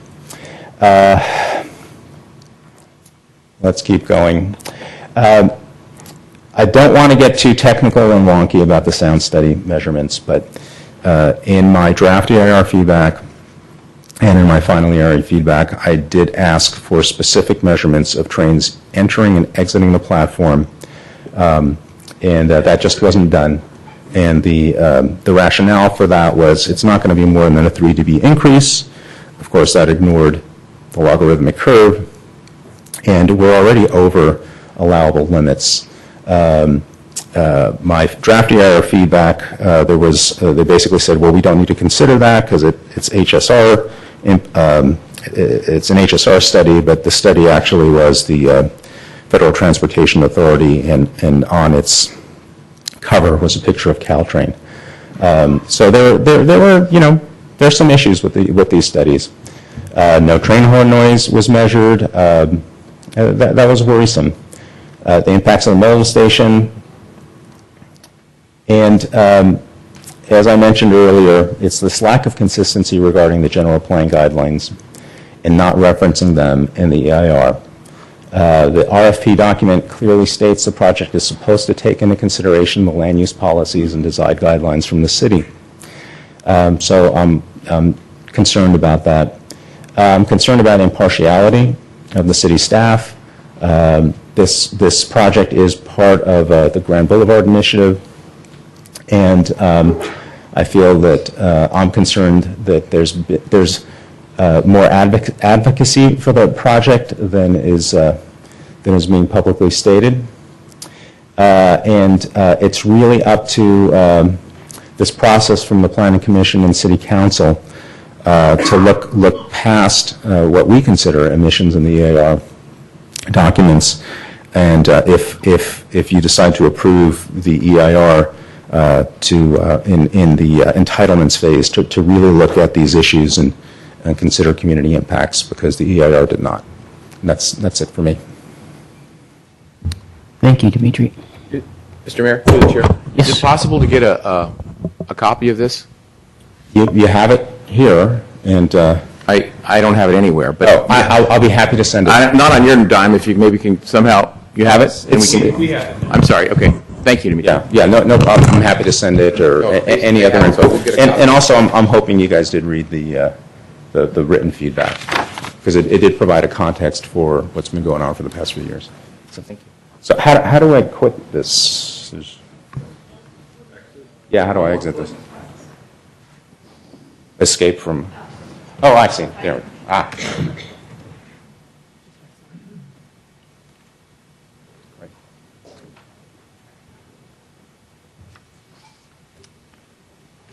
Okay, our next speaker is Ben Fuller.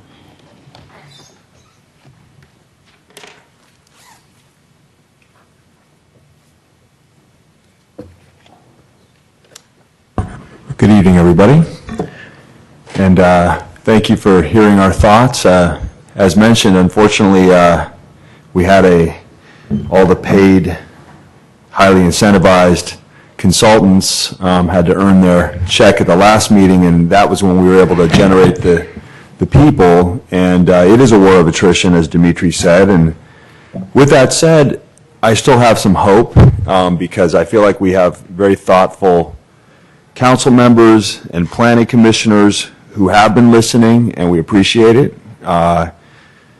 well-informed and really asking good questions. So I'm going to keep it a little short, and I'm going to try to put this in context. What has been requested is 281 units on the San Carlos Transit Village appointed land that's coming from Samtrans and the Joint Powers Board. And it's a very complicated story about whose land it is and whether there should be railroad tracks running there in the future and whether we should save this land for right away or not. With that said, progress must continue, and something probably is going to get built there. And right now we're looking at this project, and we'll put it in the context of what exists now in San Carlos history. So I know that Ron, for example, played baseball, and I know that Mark often spent time over in Greater East San Carlos as a younger man, and many of you as well have been over there quite a bit. And in case you didn't know, there's 500 homes in Greater East San Carlos, actually maybe 502. And whether that includes the apartments at the end of Old County Road next to Bacon, I'm not sure, but I know that there's 491 standing homes, and we're talking now about 281 units.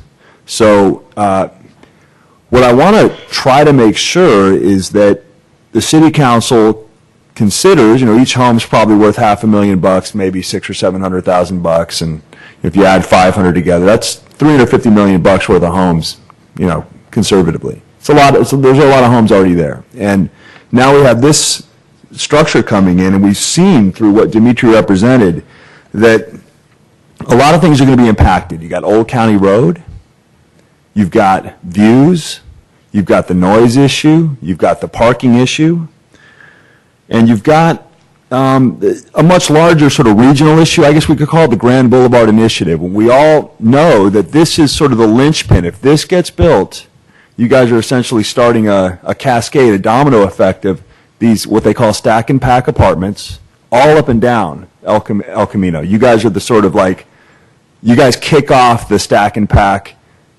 parade, okay? And so really the question is, what this building is going to, what kind of impact is this building going to have on the future of all of El Camino? Now, there's a couple ways to look at that. One way to look at it is that let's build something that fits this neighborhood, and maybe that'll then happen in the 9 other places where, even though Mark Simon wasn't willing to admit it, that $1 million a year sort of amalgamates. You get $1 million a year from 9 different parcels, $9 million a year that helps us run our train. And we do want to find ways to run the train, and we think that, you know, that they're being creative and trying to generate some revenue. What we're concerned about is the scale at which they're doing this. And so really our major issue, and it comes down to a document that you're going to be looking at tonight, the final environmental impact report. And the finding in that final environmental impact report, I'll repeat, is that there are no significant adverse impacts of this project. This project it's basically not going to impact anything, is what our illustrious paid consultants with the sort of blessing of the city staff confirmed. This building is just going to not have any impact, and it's going to be great, and no one's going to be impacted. That was the finding. Now, what happened was a really weird thing, and I think, Mark, you were there, you saw this. The Planning Commission actually just punted. They spent a whole bunch of time massaging and nuancing the language around what they were going to approve for the final environmental impact report. Well, we're not really saying that we agree with the findings, right, head lawyer? And then Greg had to say, no, you're not saying that you agree with the exact language. You're just agreeing that this thing can now go to the city council, but you're not saying you agree with the findings of the final environmental impact report. Because you're saying, well, if we did, we wouldn't agree with it. And so now you guys are in the same situation. This has been punted further and further down the road, and we could have been talking with Samtrans and Legacy for all these years, but they didn't really want to work with us until now. And we are starting to make progress. I'm not going to lie. It's not like a complete disaster, but the point is this thing is still too big, and there are significant adverse impacts. Yet for some reason, and Al had to do it again, you heard, I mean, Matt, you brought up the point. Well, wait a second, are these part of the CEQA process or not? And it's all been done very carefully. They don't want there to be significant adverse impacts in the CEQA process, because that then means you got to mitigate. And they don't want to be required to mitigate. And so they're pushing everything outside of the CEQA process, is essentially turning 5 city council members into grand experts about how to mitigate this thing. Now you guys have the full responsibility of mitigation because nobody else wanted to do it. The Planning Commission, they did all these mitigations outside of CEQA because, again, no one wants to admit the massive, massive adverse impact of the project as it currently stands. So we know you guys are really thoughtful. I've spoken with each of you. I've been very impressed with your knowledge on this issue. What we're really now asking for, because no one else is willing to do it, is it looks like it's up to you guys to try to mitigate however the impacts are seen, whether they're significantly adverse, whether they're outside of the process, to mitigate these impacts. We really appreciate you guys spending your time for all these years now on this project, and it's up to you. Thank you. Thank you.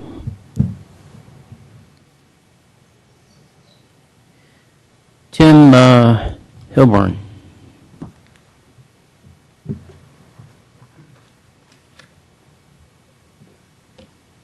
Tim Hilborn, resident of San Carlos. Thank you, City Council, Mayor Grocott, for hearing us tonight. I only have one page, so, and I was the guy that wrote SCTV. Didn't mean to fool you there. So, I'll talk to you about that later. Yeah. Next time I'll write it out. I'm a school teacher, so I should do that, but lead by example. Before I go into the page and basically, what I'm going to talk about, I do want to echo the sentiments of both Ben and Dimitri without going into it ad nauseum. But, there was a notice sent out about a public hearing, and you saw the people that were here at the last public hearing. None of them got to speak, and there was no other notice sent out. So I would ask that you take that into consideration. There are a lot of people that aren't here that really, did want to speak, and it is a matter of attrition, unfortunately, and everybody's busy. So if you would take that into consideration. Tonight, what I would like to go over, basically, I want to address the final EIR master response number 2, which has to do with visual quality. It kind of skips over into density as well. And one thing I want us to understand here, because I've heard people kind of asking questions, well, these land use policies, can they be separate from CEQA? Are they with CEQA? If you look at the law, even under CEQA, the city has to follow the guidelines, and CEQA has to follow whatever city guidelines there are as well. For example, we have land use policies, we have general plans, those kinds of things. And it's really important that those are followed in the final EIR. And you as a city council have the power to do that. So I want to make that clear. So anyways, going into the CEQA significant thresholds, one thing they talk about in the final master response, it says this section thus describes the consistency of the proposed project with the policies of the general plan, the San Carlos Municipal Code, Title 18 Zoning, Resolution 2003-79, and the city's downtown urban design guidelines adopted for the purpose of avoiding or mitigating significant environmental impacts. The decision-making body of the jurisdiction will ultimately determine the proposed project consistency with the entire general plan and other city planning goals. We need to understand that that is written underneath CEQA. That was in the final EIR. So it's very important to understand that. Now, you could do that in the entitlement process, but that's not really the place to do that. The final EIR is really looking at the true impacts of what this is. I want to just look at policy, land use policy 8-11. It says to discourage abrupt changes in the building scale. A gradual transition between low-rise to mid-rise buildings should be achieved by using low-rise buildings at the edge of the project site. Consider the relationship of the buildings to the street, to one another, and to adjacent structures and land uses, especially single-family residential. You saw some of the images that Dimitri had up there. This FEIR, the final EIR, says that there's a less than significant impact. And we just absolutely don't agree with that. And this is straight from the land use policy from the city. So we really need to take that into consideration and the effect that it has. The revised massing alternative, which the master response always goes back to, the revised massing alternative in the final EIR. It reduces the massing on the eastern facade of the buildings facing Old County Road from 4 stories under the proposed project to 2 to 3 stories to provide gradual transition between the lower density uses to the east and the revised massing alternative. So that is their statement that they're saying there. Looking at figure 3-7B, which is in the final EIR, the massing of the proposed project, reduced intensity alternative and revised massing alternative viewed from the east with approximate heights. I have this in quotes. The majority of buildings along Old County Road are between 30 and 40 feet still. There's only one 20-foot building. So if you go back, and I'm going to ask that you do this as a city council, really go back and look at figure 3-7B, because that's what they're consistently going back to, saying, oh, this is why, this is how we've mitigated the impact. And there's really no change whatsoever. There's a quote on the ABAG website, Association of Bay Area Governments, and they employ a website called Focus. You may have heard of it. It emphasizes the need for focused growth as well as the conservation of natural resources.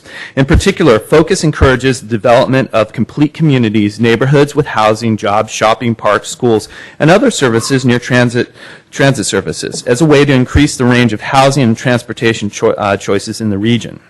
And this is part of the Bay Area Initiative. Why then is this transit-oriented development, San Carlos Transit Village, built so close to the railroad tracks that according to the EIR sound expert who was here addressing both Planning Commission and the City Council, will have to keep all windows and doors closed because of sound, in turn creating a transit-oriented development that will be running heating, ventilation, air conditioning units 24/7. Is this really the true goal of ABAG and Focus? Is this really the kind of development that you want to push forward? It doesn't really relate well to what the whole focus is for the Grand Boulevard Initiative and for having buildings that are truly environmentally friendly. And my question to the Sierra Club too, if they really realize this and know this too, because these are not very environmentally friendly buildings. I am just asking that you lower the height, lower the density. It's going to take care of traffic. It's going to take care of massing. It's going to take care of all these things that are going to affect the whole city, not just East San Carlos. So thank you for your time, and please consider sending this back to the developer for some rethought. Thank you. Thank you, Tim. Paul Maginetti.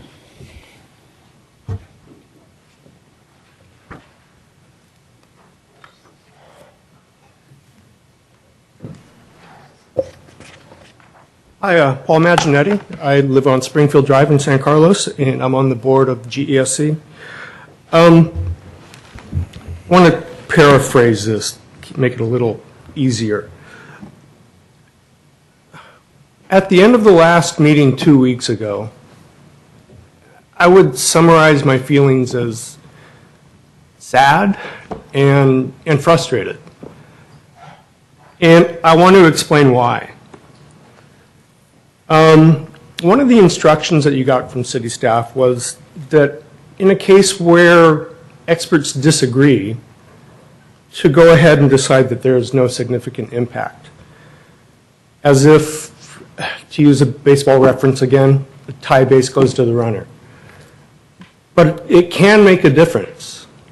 For example, one expert for hazardous waste stated that xylene was not a carcinogen. I went online and it's not quite that simple. So if you were to decide to agree with the city representative that it wasn't, you could be putting the community at risk. Another issue I have is the way the conclusions are presented. When they were talking about traffic impacts, it was presented as having 20% less traffic. I'm not exactly sure on the number. But what they really meant was it's 20% less than it could be. Kind of like putting a slab of butter on the table and saying, well, this is low-fat butter. It's still going to have a big impact. And the other issue is, and they called them improvements, not mitigations, that they could reach out to other projects. For example, the multimodal station as perhaps improving an issue with parking, or the Grand Boulevard plan to route traffic down Walnut and then Hawley as a way to improve traffic, not mitigate it, but improve it. I found those characterizations troubling. I think we can all remember in grammar school, we get a sudden spot quiz, and we'd all have to take the quiz. And at the end, the class would grade the quiz. You would turn to the person behind you, you would hand your quiz to them. I'm looking to you guys as the desk behind the staff to take a look at this with the prudent judgment and critical thinking that I know you're capable of as you decide these things. That being said, there's one thing that I do need to state for the record. For years, we have been treated not as stakeholders, deserving to have our concerns addressed, but as a problem to be handled. I requested documents under the California Public Records Act because we were getting no information, only silence and propaganda. What I discovered was a city staff that didn't just advocate for the project, but in some cases has acted to undermine our efforts at a true dialogue. This conduct was at times so beyond the pale that I felt compelled to make a formal complaint. This conduct shows that claims of impartiality are false and that the EIR conclusions are not objective, but are tainted by special interest and hidden agendas. I don't say that lightly, and I take no pleasure in it, but I have to state that for the record. And lastly, in terms of hazardous waste, I looked up the plan, and it makes a lot of sense, but in one case, it does fall short. It's inadequate, and that is in the testing of arsenic along the Old Ellsbury. Along with all of them, any disturbance of the soil, you need to test it for things that a prudent person, based on past history, could expect, and then decide what to do with it. And in the case of arsenic, you would take it to a Class 3 landfill. So that's all I have to say. Thank you for your attention. Paul, just one question, that last part, the disturbance of the soil, you're concerned about disturbing it, making it airborne and anything that's in the soil? This is our only chance to clean that up. And I live downstream from it. So eventually it's going to end up not only in our neighborhoods, but eventually the bay. So this is the time to do it right. So as with the plant facility, I'll be checking with county health to make sure that things are done properly and that corners are not cut. Thank you.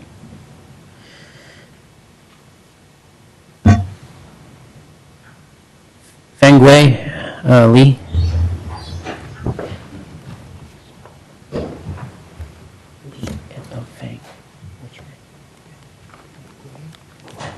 I have some handouts. Can you have them? W-E-I-I. Oh, here he's going to give you some documents. You'll have it.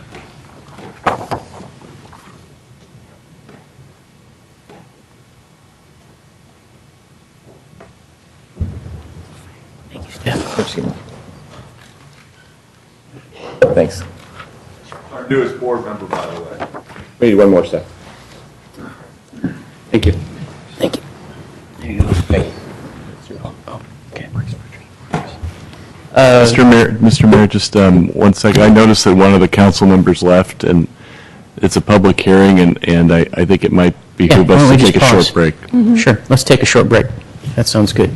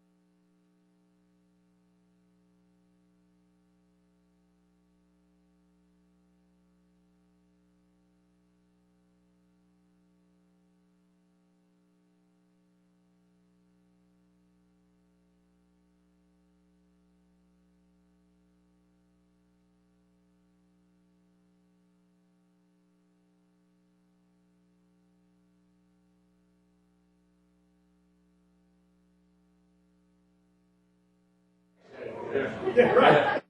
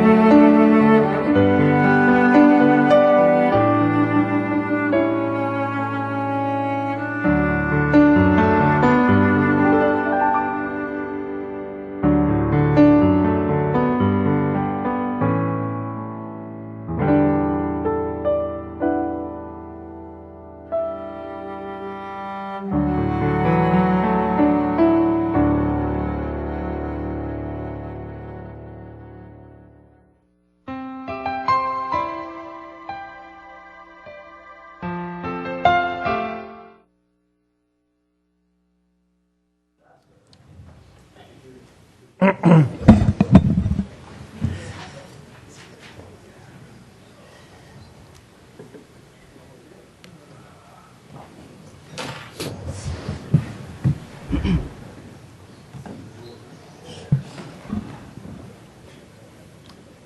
I? Yes, sir. Go ahead. I'm interrupting your presentation, by the way. Sorry? I apologize for interrupting your presentation. No, that's okay. That's okay. I need time to take a deep breath anyway.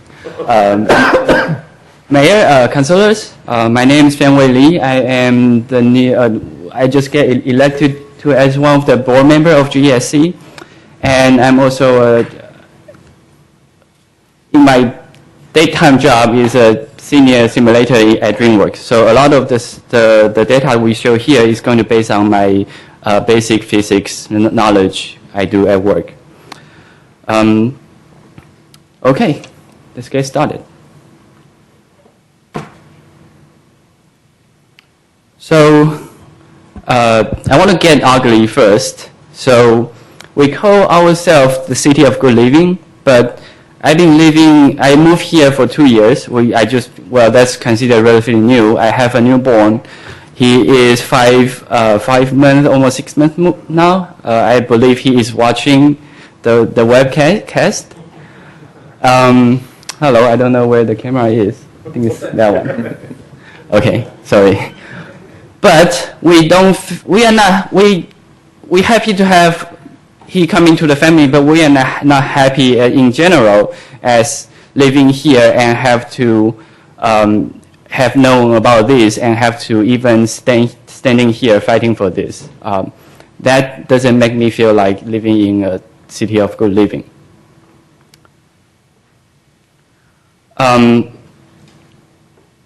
We feel, as Ben said, we feel this last time in the planning commission meeting that the whole thing feels like rigged. We have, in the end, they call for a vote, but they really telling everyone said that, okay, this is not approving the project, this is just certify the project, and certify doesn't mean you agree with the proposed project or you agree with the report. That's, well, English is not my native language, but I believe in any dictionary, certified does mean certain degree of approval. And I'm sure you're going to hear this soon, later after this, from one of the members. They're going to tell you that, okay, you vote for this, but you don't have to agree. You don't have to. This is just certified. You get your chance to. You get your entitlement later.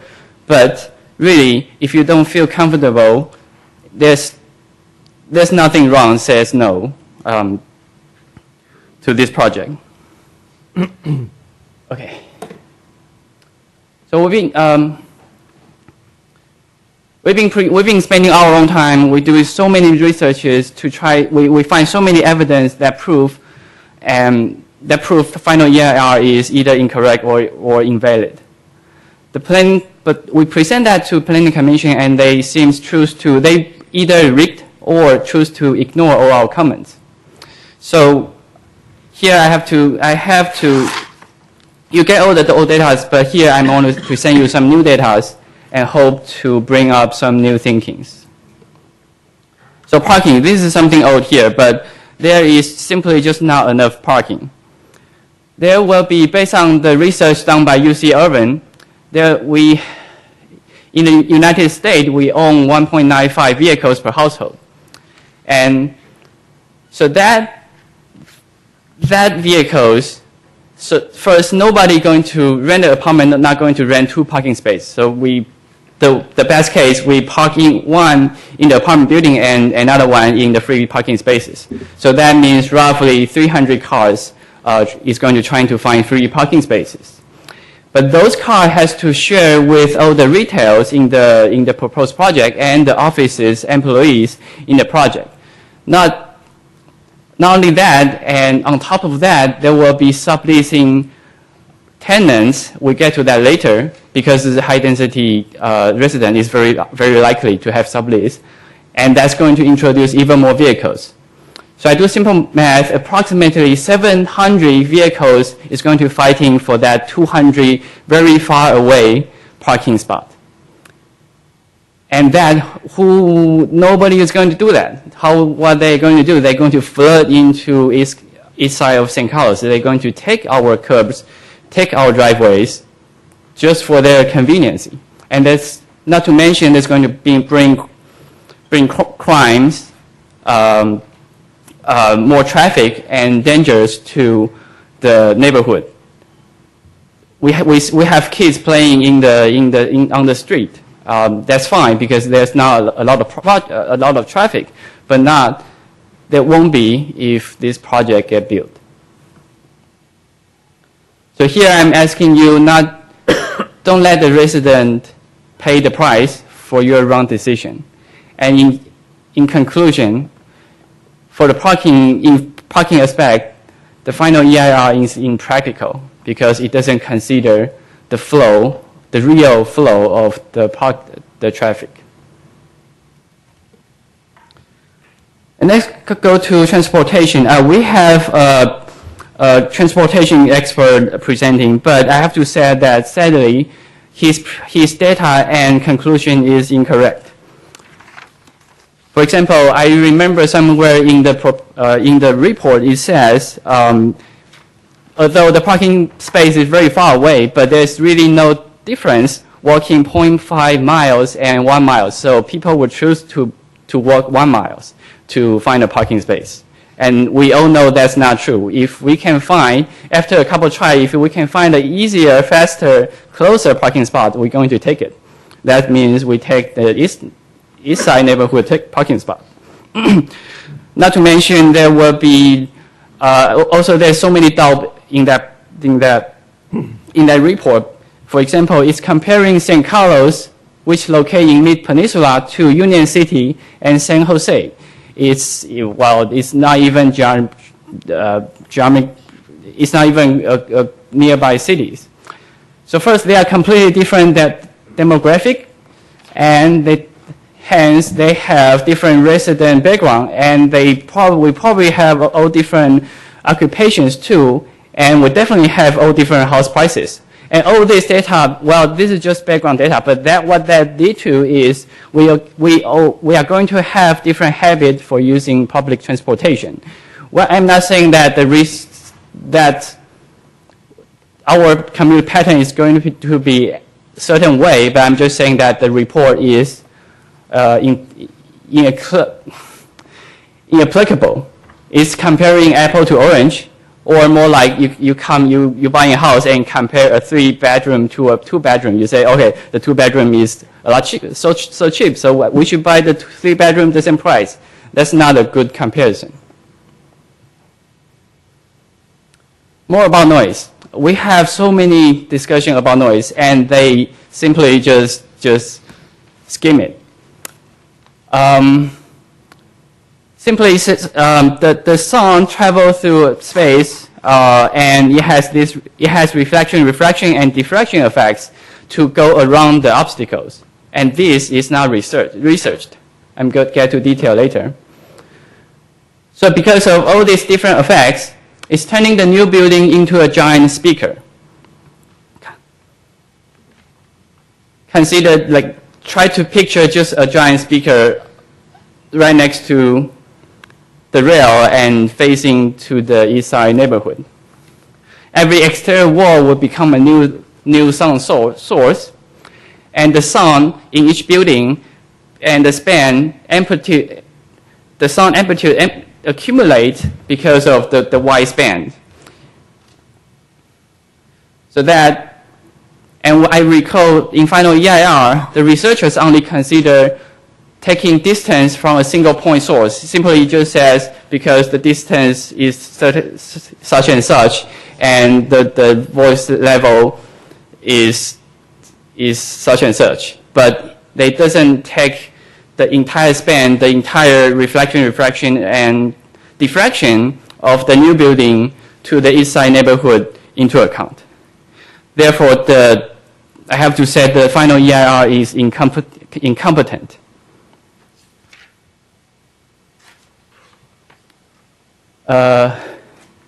Sadly, it doesn't seem to play.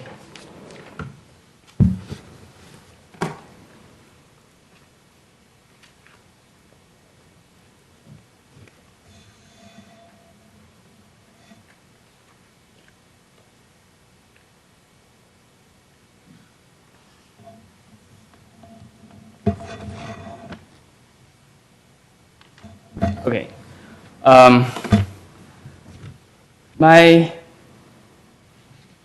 So there's no quick time.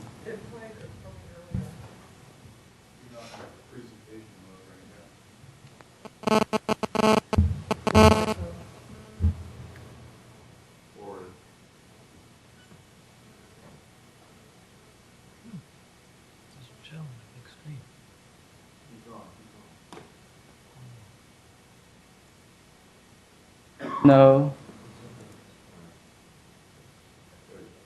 Okay.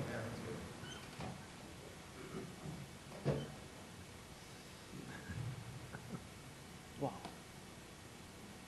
Seems like once I click it, it's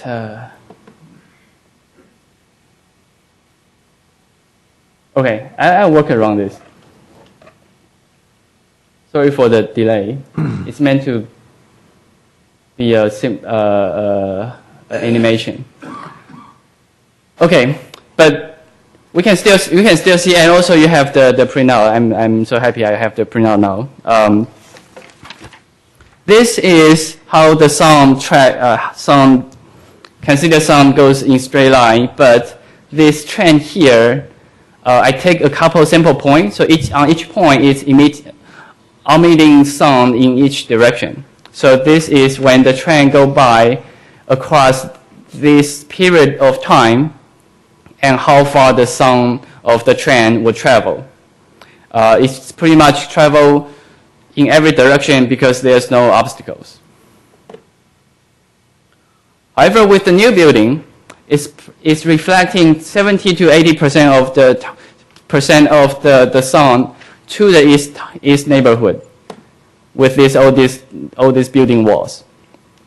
And you can, you don't have to hear it.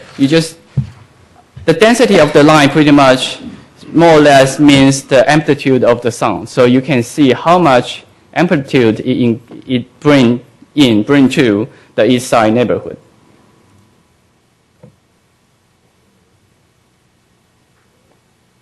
Does anyone know how I can present from? Okay, this will work. Okay. So next to so that's not only the only effects to the sound. I bring this many times in the planning commission, but they choose to ignore.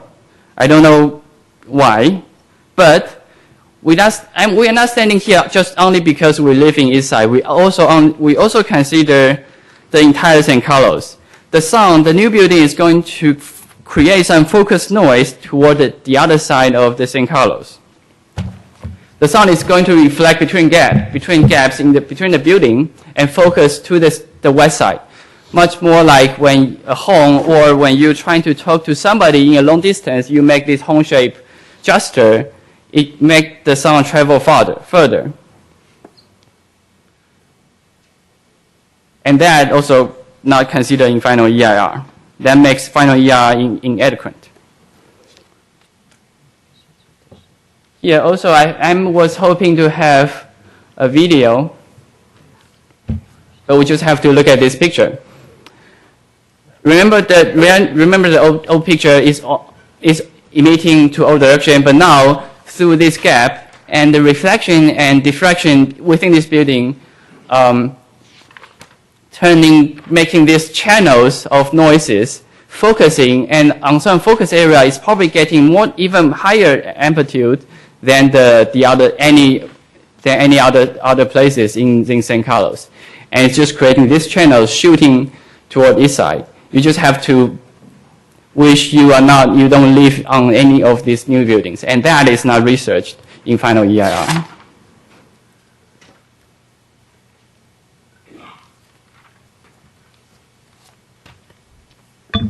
Okay, bounce noise. Also, somebody mentioned this too. This is what happens to the new resident in the new building. To reduce noise, the only thing, and that's also based on the sound export, the tenant has to close the windows all the time. But what happened to that? If you close windows, there's no outlet, so the sound would bounce back and forth in the room, and that simply just amplify the sound level. think if you talk the same level in a closed room, it's much louder than you talk the same level in the outdoor. So that turning, just an example here is turning the new buildings into a subwoofer boxes, and it's going to damage hearing in the long run. There's plenty of research talking about how low frequency noise hurting human health. And also get somehow technical here. California building code requires ventilation in any habitable rooms. So, according to the sound expert, if we have to close all the windows and doors in order to keep a habitable living environment, that means those doors and windows cannot be considered as doors and windows because you're just never going to open it. It's more like it's just a window-shaped decoration if you think that way. And that makes the building violate the building code. So they just cannot build the building this way.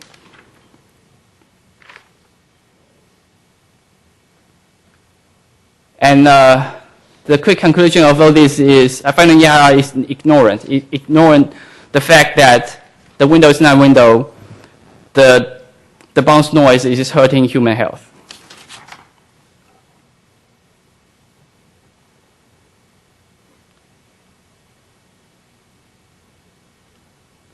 So very quickly, I want to show, this is how the sound bouncing in the building. And you can, if you compare to the earlier illustrations, this is even denser than any of the previous illustrations. That means they are enduring much greater sound pressure than anyone else in the city. Air qualities. New constructions with no exceptions produce dust, methanol, and heavy metal.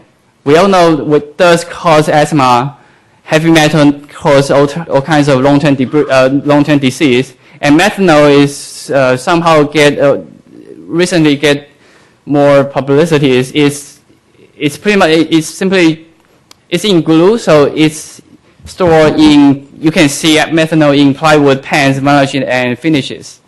But study being shown that it causes not only death, and also in even a small amount, it causes cancer, leukemia, and God, there's so many different words. But it's bad for you. So apnose, because it's so deep in the glue, it can it's emitting in 2 years in high concentrations. So that of course that's been considered in any new constructions, but we are different because the construction site is so close to Caltrain. The Caltrain turbulence, if you ever see standing in the platform, seeing the express going by, Caltrain turbulence is very, very high.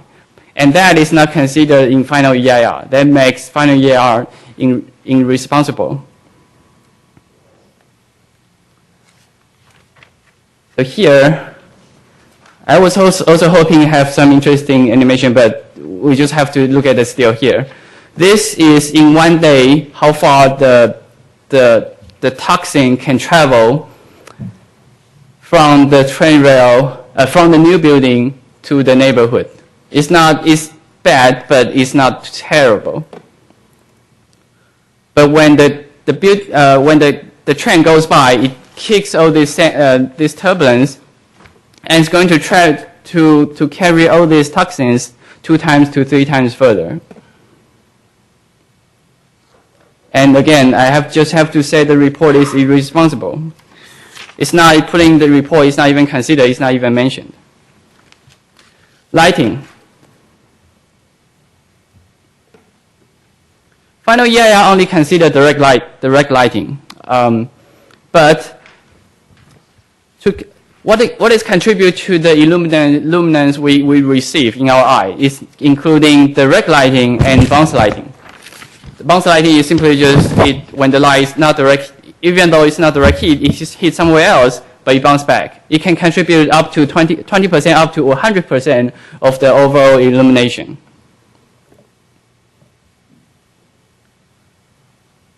So although the new building might not cast shadow directly, because actually we can already see the new building cast shadows on our houses already. But you might argue that, okay, that's not a lot of houses.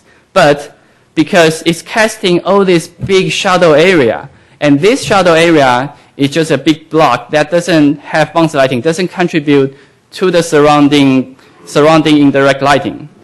That's going to reduce the overall illumination of adjacent area by 20 to 100%. Again, this is not studied, it's not considered. All I'm asking is it's not even studied or mentioned in final EIR. And because of time, I pretty much do this one night. I don't have research on this aspect, but these are also very important, such as invasion of privacies. All this high-rise building, they're going to see through our backyard, see through our windows, see through our skylight. And that is not studied. And that also violates California building code. Crime rate, we know that more people, well, no judgment I'm not making prediction who is going to be new tenant, but more people does means more crime rate. And in addition to new tenant, also there will be new commuters, the people use Caltrans. They are going to our communities and bring more possibilities of crime. And finally, the electromagnetic field is also a newly found factor affecting human health. As Tim says, okay, so let's go back a little bit. It's already measured 100 units around the trail. That means the new resident is absorbing 100 units every day. But just give you a perspective, 3 units is considered safe. I have to say we don't have the standard here, but in more advanced country, like some North European, they say 3 unit is you have to below 3 units to residential area has to below 3. Not to mention, now that I know that the high-speed rail is going to put these transformers, that's also going to increase this number greatly.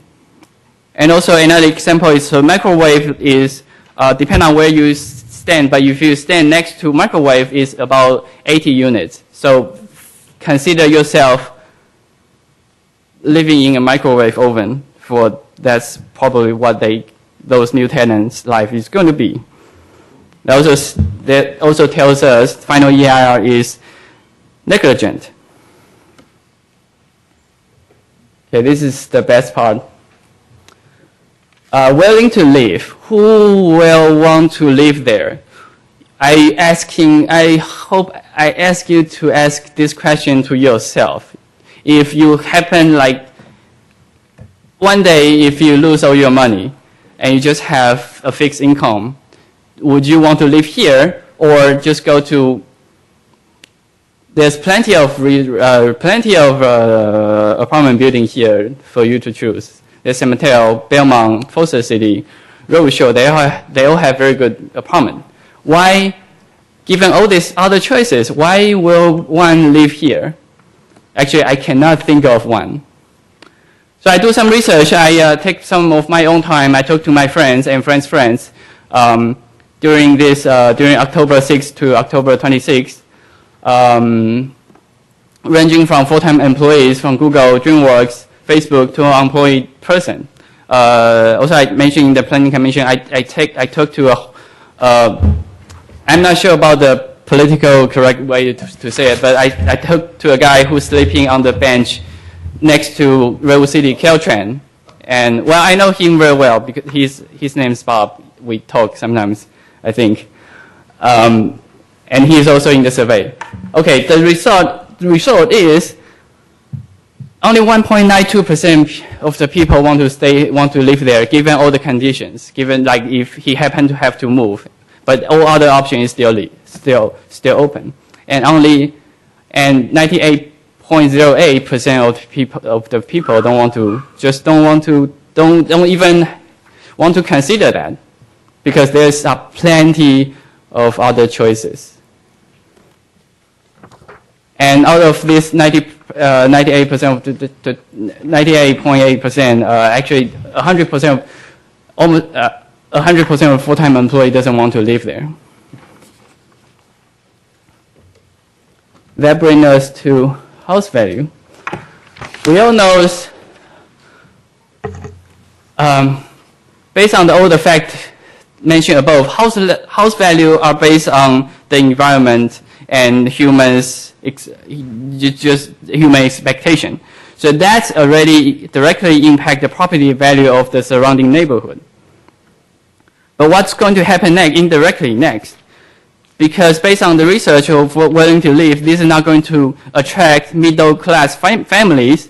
They have to lower their income or open to sublease to attract people with lower socioeconomic status.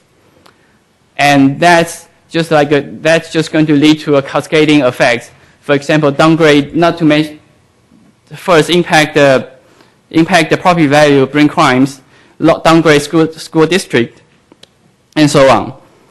Just think East Palo Alto.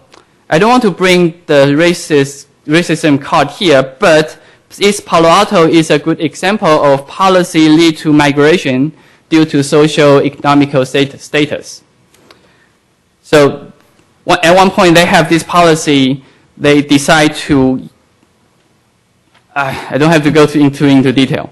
They have the policy, they seem reasonable, they want to raise the fee of certain group of people, and that just lead to all these big migrations, and turn out it doesn't really do anything good to the overall communities.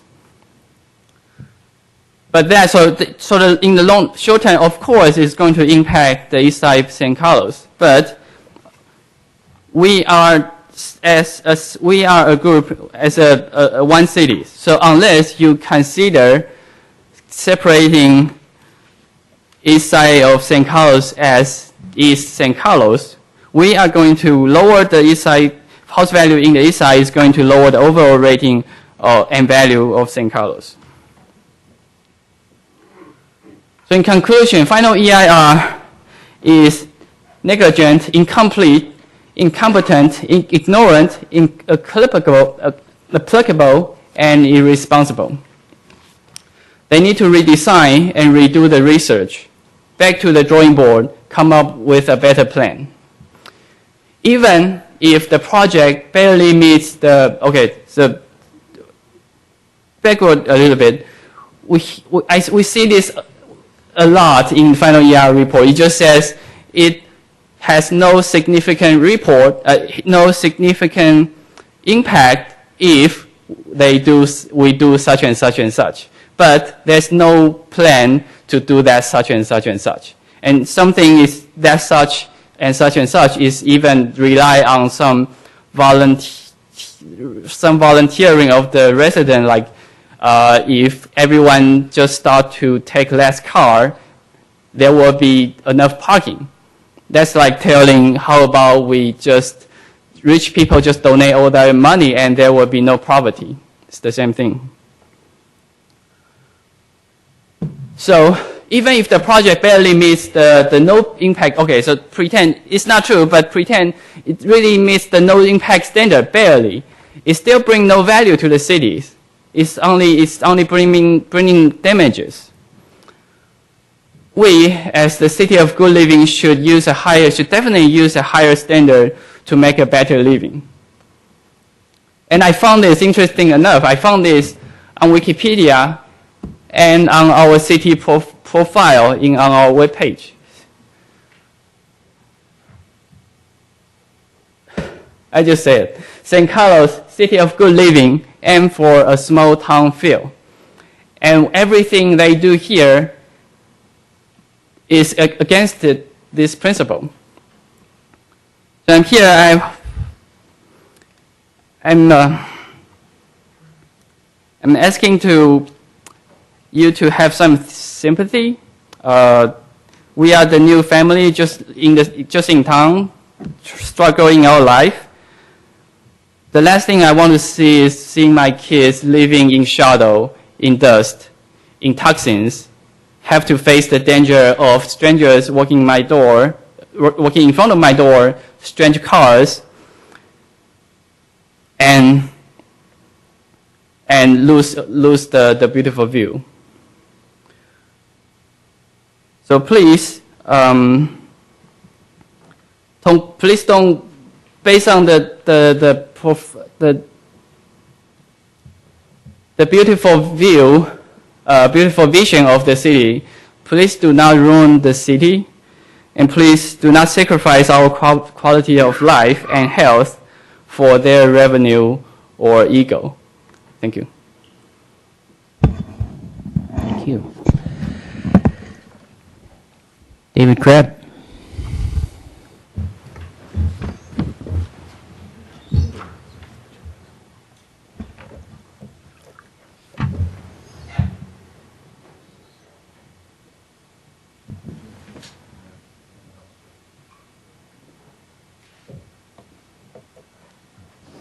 Honorable Mayor and members of the City Council, I'm David Crabb. I live here in San Carlos. I'm an architect. And I'm giving you a handout, which is sort of an update of the letter I sent you back in December 20 about an alternative approach to the Transit Village from the Holly Street North portion of it, which seems to be one of the areas that's of most concern to the East Side neighbors to the project. I got involved with this, the Transit Village, or aware of it about 2.5 years ago when they were doing the draft EIR, and I sat in on some meetings, and I heard at that point the East Side residents make the same points that they're making now, and I listened to them, and I felt that there was something that possibly could be done to at least respond to some of their concerns from an architectural point of view. But I also have the desire to see the full 280 units there, because I am very much supporting of transit-oriented development, and the more units, that's a size of units, 40 units per acre and so on, somewhat larger, is about the minimal that should be really within a transit-oriented development. So I've been trying to work on a compromise architectural plan. Since I'm an architect, I had a little spare time, and so I was playing with this thing. And the letter I sent you before had a scheme that the plan is, it would be changed now, but if you can remember it at all, what I was trying to do was to drop the levels of the buildings facing the East Side residents, which relates to the stepping back type of situation. And if you look at the diagram that you have now, there are several things here, but it's color-coded. And if you look at the color code, I actually converted this project. I still have 280 units. Basically, their units, I actually plugged in their units with a couple of exceptions where I had to kind of tweak it a little bit with a unit. And I come up with buildings that are primarily 2 and 3 stories, or primarily 3 stories with some 2-story elements facing the East Side residents. 4 stories in portions along El Camino, and actually some 3-story along El Camino. And the way that I did that was their original plan. If you, this drawing I just handed to you is the top portion is basically a diagram of their project, which is 4 buildings, very large buildings, one very large building at the end, smaller one, another big large building and a smaller one. And the areas that seem to be of most concern to the neighbors are this area from the first street down, because this corner is a commercial type of facility, so they're not quite so concerned about shadows and so on. And so there were some issues, I think, that were talked about from the East Side residents, that there was some talk about view corridors and so on. And the architects of the legacy plan tried to accommodate that in a couple of places. And if you look at the top the top drawing, which is the legacy plan, these arrows that come through are view corridors. And so they have created 2 view corridors through here. This one on the end, I show it bouncing back, it basically means you can't see. You're going to see the building, you're not going to see through. And that one apparently is impossible to do a view corridor there pretty much because there's a utility line here that causes some problems. But the second building here, they actually have blocking the view as well. And so I was converted this to 5 buildings instead of 4 and opened an extra view corridor through.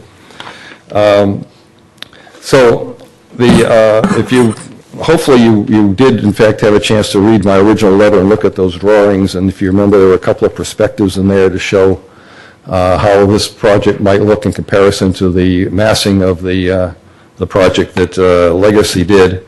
I think it would improve quite a bit the east side. It's not going to give them their panoramic view that they would like, unfortunately, but they have talked about maybe being willing to live with 3-story buildings, and this, when you start looking at how you see a building and how it steps back, this allows it to give the sense of a 3-story building, even though it may go up to 4 stories on the El Camino side, because you don't see that 4-story because of the way you do it. And that cross-section in that first letter I did kind of explains how that works.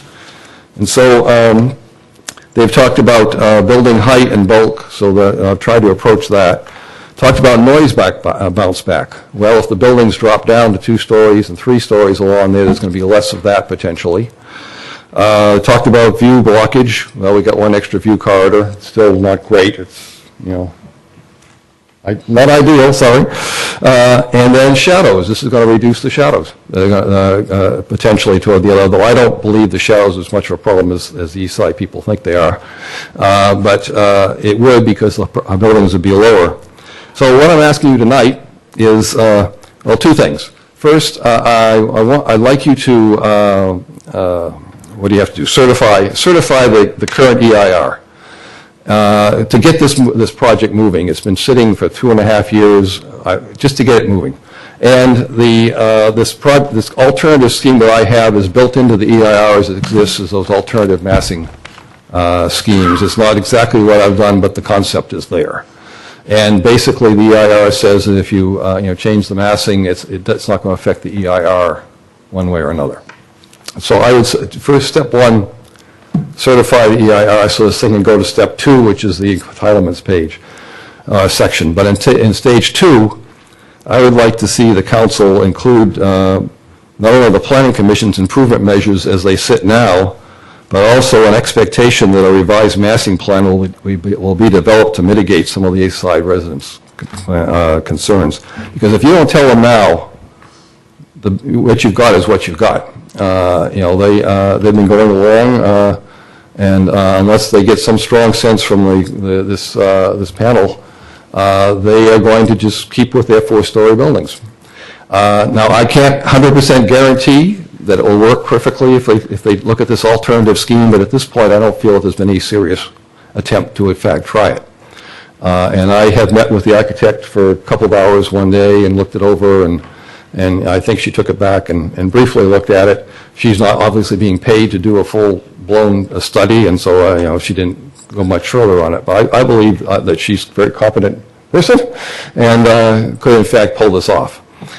So, again, if you could include, in addition to the improvement measures, some expectation that you would like to see some sense or some proof that the Legacy has looked at the alternative massing alternatives, and along, in conjunction with the east side residents, and it moves into that next stage. So, thank you very much.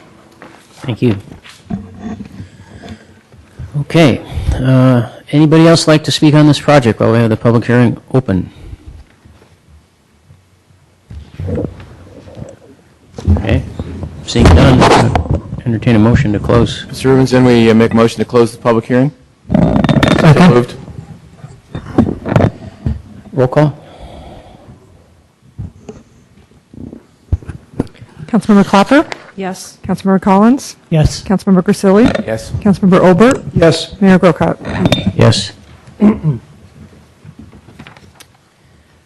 Okay, I think this is where we get into our our list of questions. So where do we want to start? Mr. Olbert, did you want to start? Or do you want to? Thank you, Mr. Mayor. I'd be happy to start. May I ask, just in terms of a process thing, do we want to do like one or two questions each and then hand off the baton, basically, and that way we don't have one person? I'm certainly open to that idea if the rest of the council is happy with that. Bounce it around a little bit. Let's give it a try. Okay. And I don't know that we'll get through all of our questions tonight. This is our last item, but depends on how late you want to go and keep continuing. Mr. Mayor, yes, sir. I wanted to point something out since you're at the question point in the meeting. We have our special legal counsel Anna Shimko here tonight to answer any CEQA questions that you might have about process, and she did have a hand in developing the EIR that you are considering tonight. So in other words, if we want to ask questions about EIR and CEQA and that sort of thing, if we have any of those, we should do that first. Okay. All right.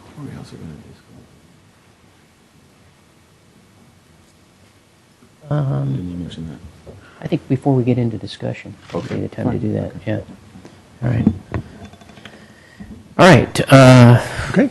Let's fire away with questions, and per Mr. Rubin's comments, if you have something that would pertain to the EIR process, CEQA, and so forth, tonight would be the night to do that while she's here. Okay. Thank you, Mr. Mayor. My first question, I want to start with something fairly simple and straightforward. I'd like to get some more detail and actually be pointed to by staff in the EIR analysis of where the impact that the project will have on the nature and character of San Carlos is contained. This is an issue that is of potential concern to me, and it's something that a couple of the speakers even have touched on, that this development could trigger a fairly significant change in the character of the way San Carlos looks and feels, for lack of a better term, along El Camino Real. And I'm not sure I actually saw much of an in-depth analysis about that.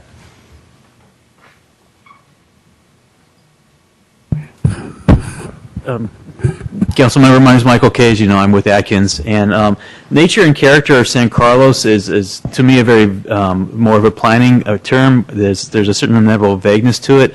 I'm not sure that is something that's typically described in a CEQA document. Just offhand, I'm thinking that they will probably be included in such topics as visual and also compliance with land use plans and regulations as described in your general plan. So I would point to the visual impact section as well as the land use section of the document.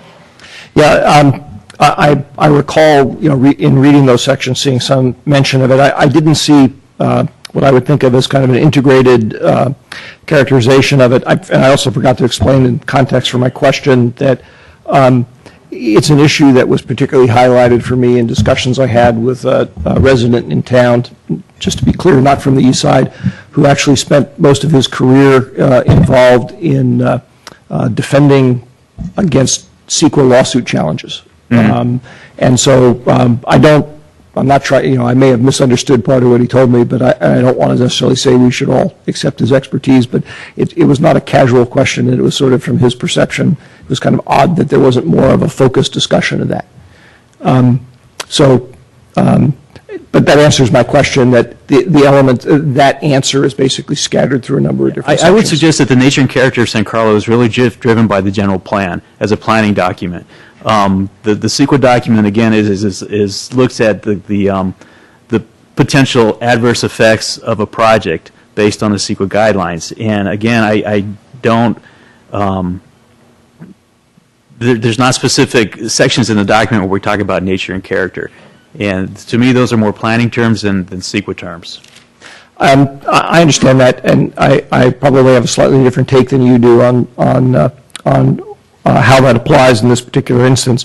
I do know that there is discussion about how, even when looking at a particular project, it's appropriate to consider the growth-inducing aspects of a project. And that's, in fact, part of what my thinking was about how this, I used the word trigger, could trigger development. Mm-hmm. development which may be in fact consistent with the general plan, but it still may trigger development nonetheless. And growth inducement is described in the CEQA document.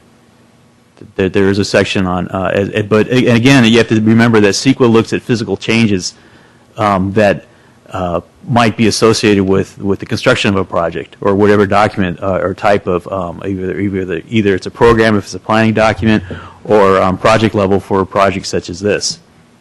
Well, my understanding is that's certainly true, but my understanding is that CEQA is actually looking at all significant effects on the environment. Physical environment. Yes, but the physical environment includes a number of the things that I was referring to. Okay. Okay. So, my question basically was, where is the discussion? And the answer is the discussion in general is not in a particular place. So I will pass the baton off. I would like to just make one comment and a question for staff, because the answer to Mr. Olbert's question was compliance with general plan, and then when Mr. Hilborn spoke, he talked about certain sections of the general plan and city guidelines that he says at least are not being followed. Now, I'm not familiar with those sections that he's talking about, so it'd be nice to have some answer from the staff showing to us of what it was he was referring to and how either staff or the applicant feels those sections were complied with. Mm-hmm. Because I think that does get to what you were talking to, according to how your question was answered. There is a section in the CEQA document in the land use discussion on whether or not the project complies with plans and policies in the general plan that were adopted to either avoid or minimize significant environmental effects. The key there under CEQA is those that were adopted to minimize or avoid significant environmental effects or changes on the environment. So the determination of whether or not the project complies with the general plan itself is really outside the CEQA process. The CEQA process is specific to those policies adopted for environmental effects of a project. Outside, of course, we have a discussion of whether or not the project complies with the zoning for the area or the general plan land use designations of the specific project site. You confused me with your answer, because if I understood what Mr. Hilborn was saying, he's saying that, look, your general plan was approved inside of a CEQA process. Right. So therefore, when you go into an actual specific project, mm-hmm. that project has to comply with your general plan and the general plan guidelines, the visual guidelines that are given in the general plan for development. Mm-hmm. And again, I don't know what section he was referring to. I haven't read it, so I don't know what specifically he was referring to. But I would like to have something from staff that says, okay, Mr. Hilborn was referring to this section, this is what it says, and this is how we feel or the applicant feels it does comply, or maybe staff looks at it and says, Mr. Hilborn's got a very good point and it doesn't comply and the applicant needs to mitigate that issue. Is there something that I'm missing? Okay, so the general plan designates land use designations within the city, as you know. Now, there's specific land use designations for the area under which the project is being proposed.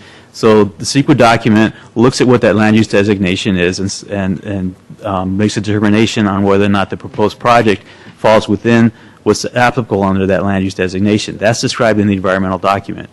CEQA also has a standard of significance that states whether or not the project would comply with the policies in the general plan that have been adopted to avoid or minimize adverse environmental effects. That's also included in the environmental document. There's a table in the land use section which lists those policies that have been adopted in the general plan in association with environmental effects, and then whether or not the project complies with those policies or doesn't comply with those policies. The specific reference made by the speaker, I would need to look a little more in depth into the environmental document. And that's what I'm asking for. Is that, okay. Yeah, that's I would have to explore that a little more in depth. Very good. Very good. Thank you. Sure. Did you have another question, or you felt like you... Mayor? The balance of Mayor? your time? Do you mind if I step in on this issue just a little bit? Because it is Go ahead. confusing. Yeah.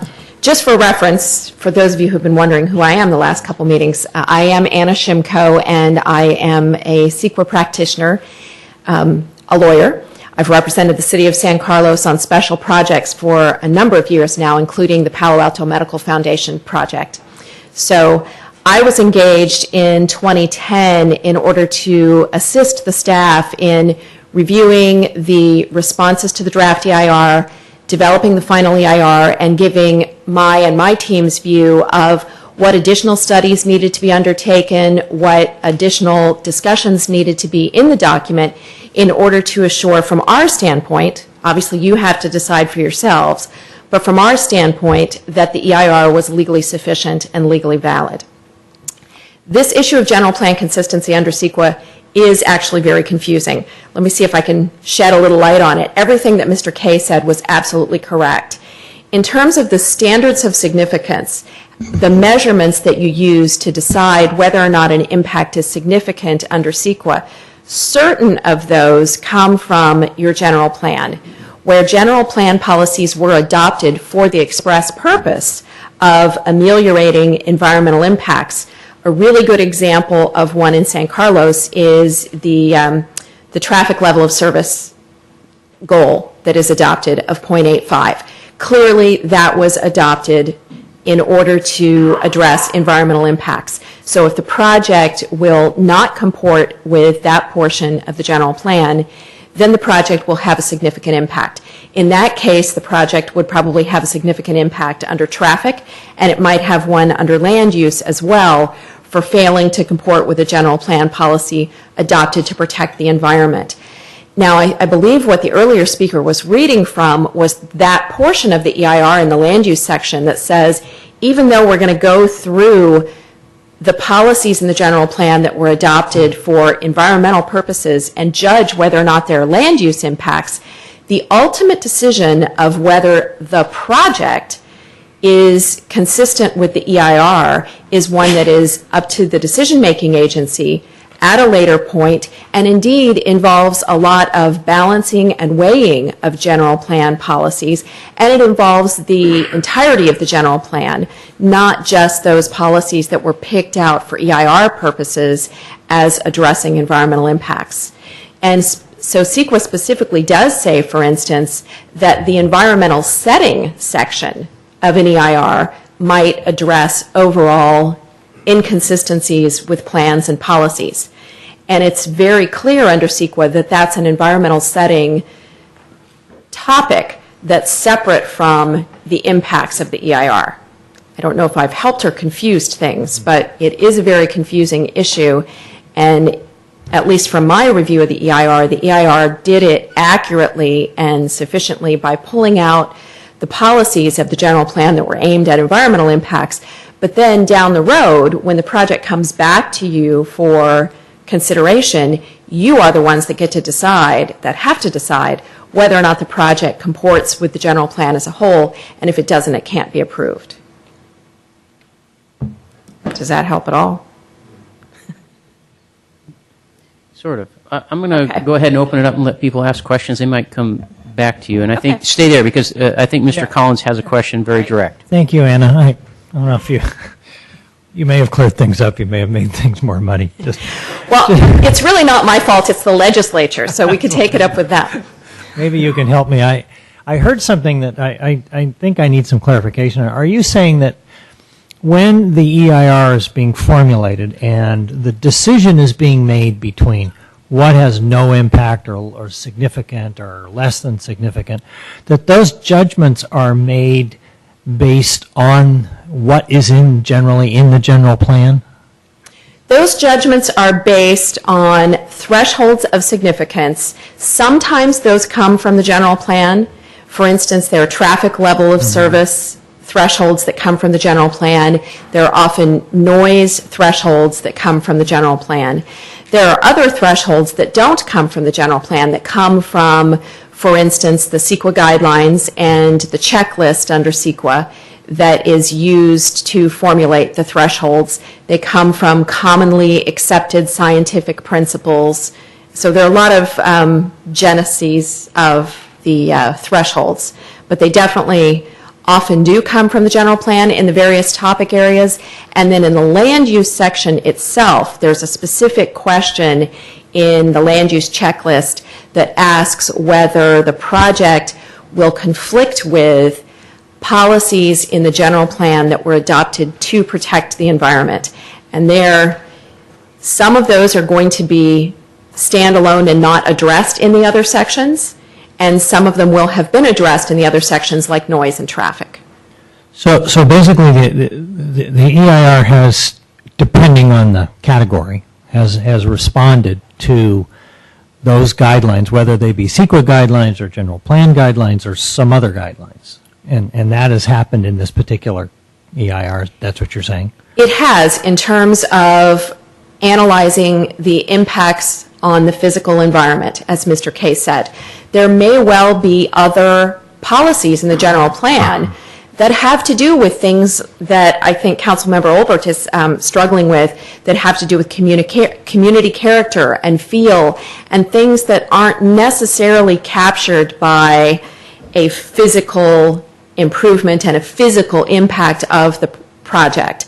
And those are the types of things that you will be looking at when you get to the project approval phase, when you're looking at all of the general plan policies and the zoning and everything else.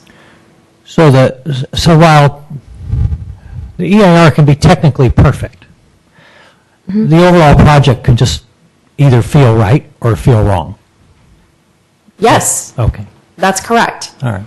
And as you know, I think general plans are written, hence the title, in a sufficiently general manner that you're going to be able to bring your views of whether that project feels right or doesn't feel right, and you can mold that project in the city's image when you get to that point in the process. Thank you. Sure. Ms. Clapper? Having been diligently involved with this project going back to 2009 with the Planning Commission, I don't have any pre-discussion questions, and so I'm going to help expedite this portion of the program by relinquishing my time to the rest of you. Okay, very good. Appreciate that. Come over here to Mr. Gracilli. I just had a couple, but I know we're just asking one at a time. Mr. Surveyor, we have 281 units. Is that what it is? Yes. Okay. Mr. Crab had 221, you know, in your, wherever Mr. Crab is. You have 200. And you're putting 60 somewhere else, or? By the train station, okay. Because I couldn't figure out the difference there. Anyway, it was said by the speaker, and it's probably in here, but I probably missed it or I can't remember it. Are we doing, is the CEQA document speak to in lieu fees or 15% low income, or what? Could you speak to that for a moment? I can't remember what the percentage was. Yeah, we have a BMR ordinance, but it's separate from the CEQA document. Okay, so it wasn't in there. Right. Okay, so I didn't miss it. It's not a requirement of the CEQA. No, but it'll come back in the entitlement side. It'll come back. So it'll either be 15%. Is 15% the correct number?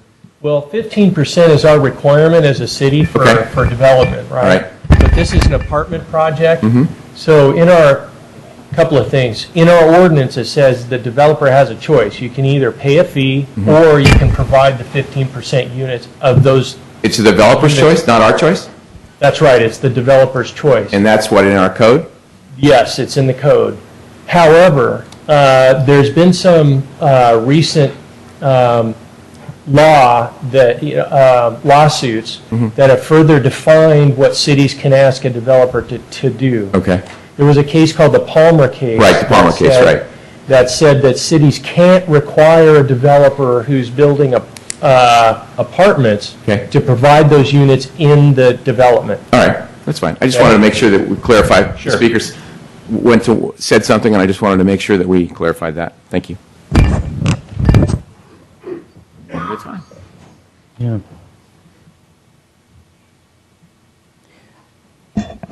I have a few questions. Remember, I wanted to ask, and maybe this is for the attorney, the the issue that I had, even with, like I said before, with Wheeler, is already we have a major artery that comes in and out of San Carlos, being San Carlos Avenue, that is heavily impacted in the afternoon, from anywhere from 3:30 to 4 o'clock in the afternoon until probably about 6 or so, 6 or 7, depending on the evening and depending on the season, actually. Whether it's in the wintertime, it's usually worse.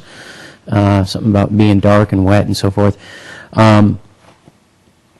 And already, at least for me, when I've driven through there, it's not acceptable. There's been times where I've gotten off the freeway and I make it through the light at Industrial, and it's 2 or 3 light changes before I get through the El Camino intersection. And then when I get through the El Camino intersection, it's happened to me twice recently, where I think the traffic's going to flow, and I go through the intersection and I get stuck, and the light changes on me, and now the tail end of my truck is sitting on the El Camino, and cars are having to go around a few cars, because then it's a stop sign, so eventually you get through. But that's very uncomfortable, and it's very unsafe. And so I look at the situation we have right now, and I look at the fact that concurrently with this project, we're also looking at Wheeler Plaza. So that's a I forget what the term is. It's a foreseeable project, is Wheeler, and that's help me out, Al. How many units is Wheeler Plaza? 108 units. Okay, so we got 108 units there. We're talking 281 units here. That's a lot of new customers driving their cars around in San Carlos, all trying to use, well, maybe not all of them, but a good percentage of people trying to get in and out of town on Holly Street. And I didn't see it addressed in Wheeler project, and I don't see it addressed here, except, if I understood it correctly, just saying, well, we'll pay into a fund to improve traffic down the road, and we'll look at that down the road. Problem is, the road's already so impacted that, to me, it's something that you should do now, even before you dig any dirt for any new units.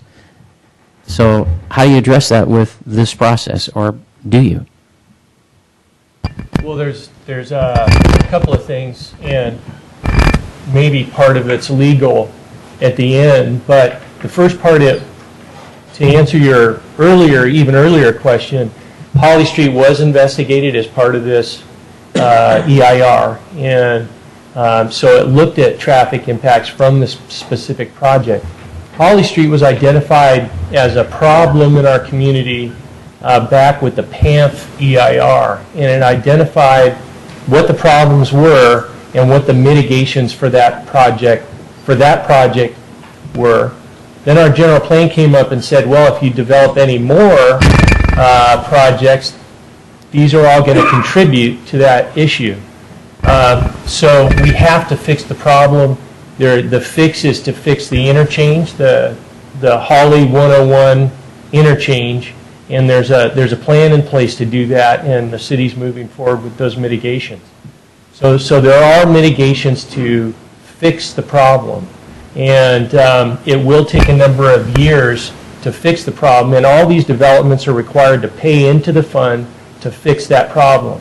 So that's what this development needs to do. One, it needs to pay into the traffic fee to fix the problem, which is going to be fixed in the future. Two, it has to reduce the traffic impacts by 20%, or its traffic by 20% through transportation demand measures. So the legal question may be, can a city delay or deny a project if it's mitigated, if you mitigate that impact, and the EIR says you can mitigate those significant issues or any traffic issues with this project, can a city then either delay or not approve a project as a result of that? So that's the legal question. But the fixes for those problems are in the future, they're in place, funding sources are being pursued, drawings are being put together to fix the problem.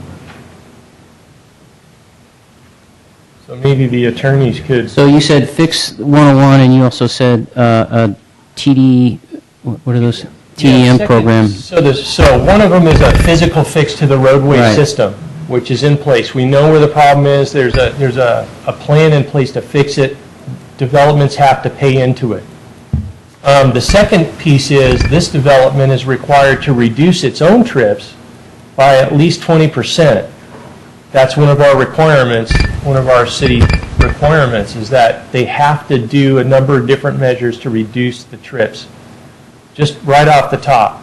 So those are two kinds of things that mitigate the significance of impacts as a result of this project. And then you said, so then the legal question is, can the city delay projects until the fix is in? Right. But we don't know the answer to that. There may be an answer to that. There may be an answer to that. Phrase it that way. While the answer is being contemplated, I'd like to make a motion to extend the meeting to 11 o'clock. Second. Well, go. Please have your vote. Excuse me. Oh, there was a motion. And a second. Okay, all in favor? Aye. Aye, okay. Mr. good. Rubens. Okay, so, well, I hate to, from this point, talk about something that could potentially lead to legal issues for the city, because I think that's the point that Al is trying to raise is, what is the city's legal liability if we say, well, all projects that are out there that might be in conformance with the general plan or general policies of the general plan, can we stop development or have a moratorium on development until a certain project is done? I think that would create some legal issues for the city based upon the property rights of developers.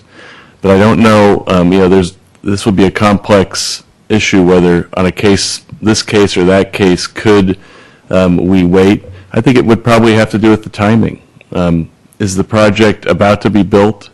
That would be the mitigation measure, if you will, that has been contemplated for years and other developments have been funding it.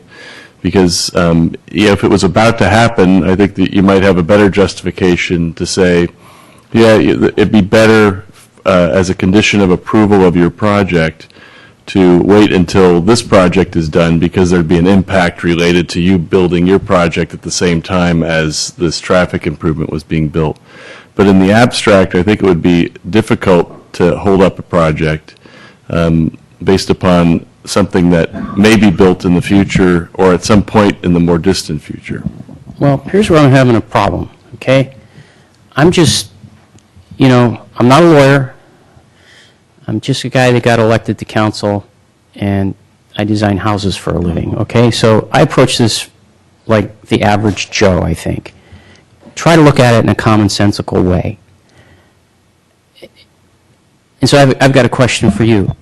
Why the hell go through an EIR process if we've got something that we know is an environmental problem existing right now in our town, cars sitting out there on Holly, idling away, burning fossil fuels, polluting their neighborhood over there on the east side, and we're not doing anything about it except building more projects that we know as soon as those projects get built, they are going to impact that. Meanwhile, we say no disrespect here, Mr. Safay, but I understand your answer. We've got a project. We think, we're going to try and mitigate things out there at 101 and Holly.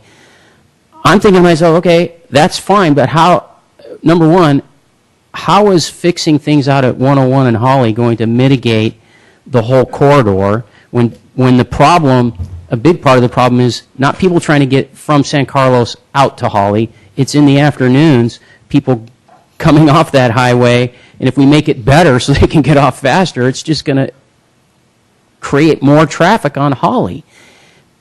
But that's number one. Number two, I don't know, when you try to do these things, buildable projects to fix infrastructure problems, seems to me you build the project first, see what the results are, and ask yourself, did we fix the problem? For instance, when we built the grade separation, we were told this is going to improve traffic in San Carlos. If you remember the old days, sitting there, here comes the train, bing, bing, bing, every time I go to Redwood City, I'm reminded of this. and you're stuck. So we said, let's build a grade separation, traffic will smooth, be more smooth. We built the grade separation. I think for the most part, we've got some other issues that were unintended consequences of the grade separation and the whole thing there. But for the most part, if you remember those days of sitting there waiting for the train to go by, it's an improvement. But we know it's an improvement because we built it, it's there, we live with it. So help me out here. Why go through an EIR process if you can identify something that's an environmental problem? You know you're only going to make it worse, and the only solution is we're going to pay into a fund for something that's down the road that may or may not fix it. I'm sorry, I just feel like I'm being dishonest with the citizens of San Carlos as an elected official, saying that's the solution.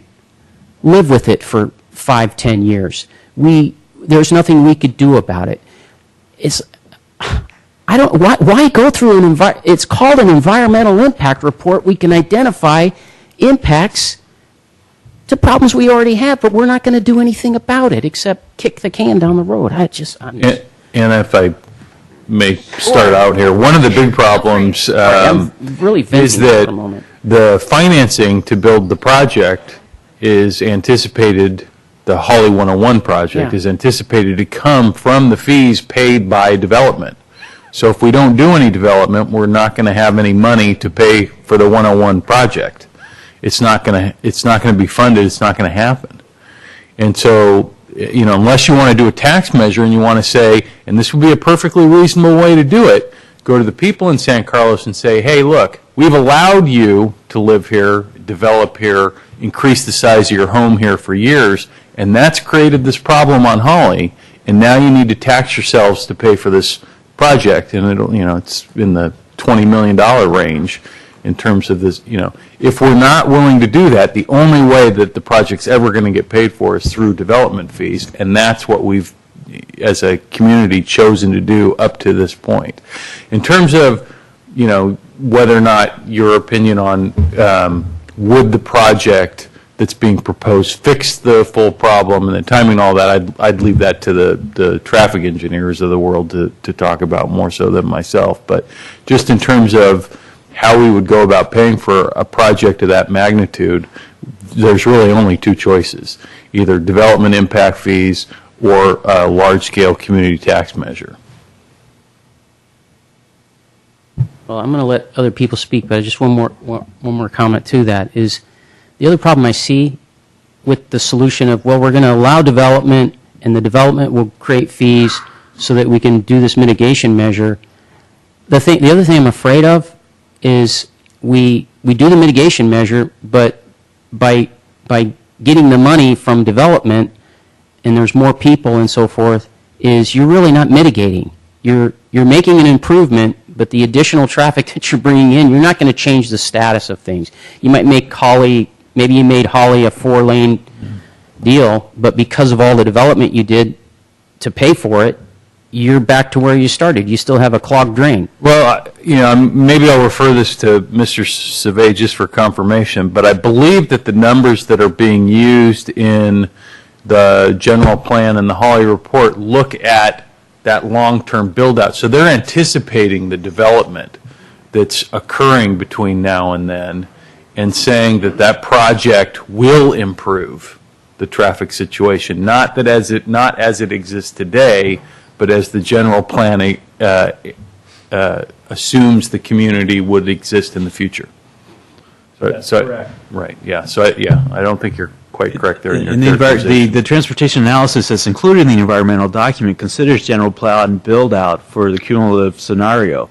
And so what you've created with your environmental document for this specific project is a way to determine that project's contribution to the adverse traffic effect. Then you can make a determination on what that the financial contribution that this project would have to do towards those transportation improvements.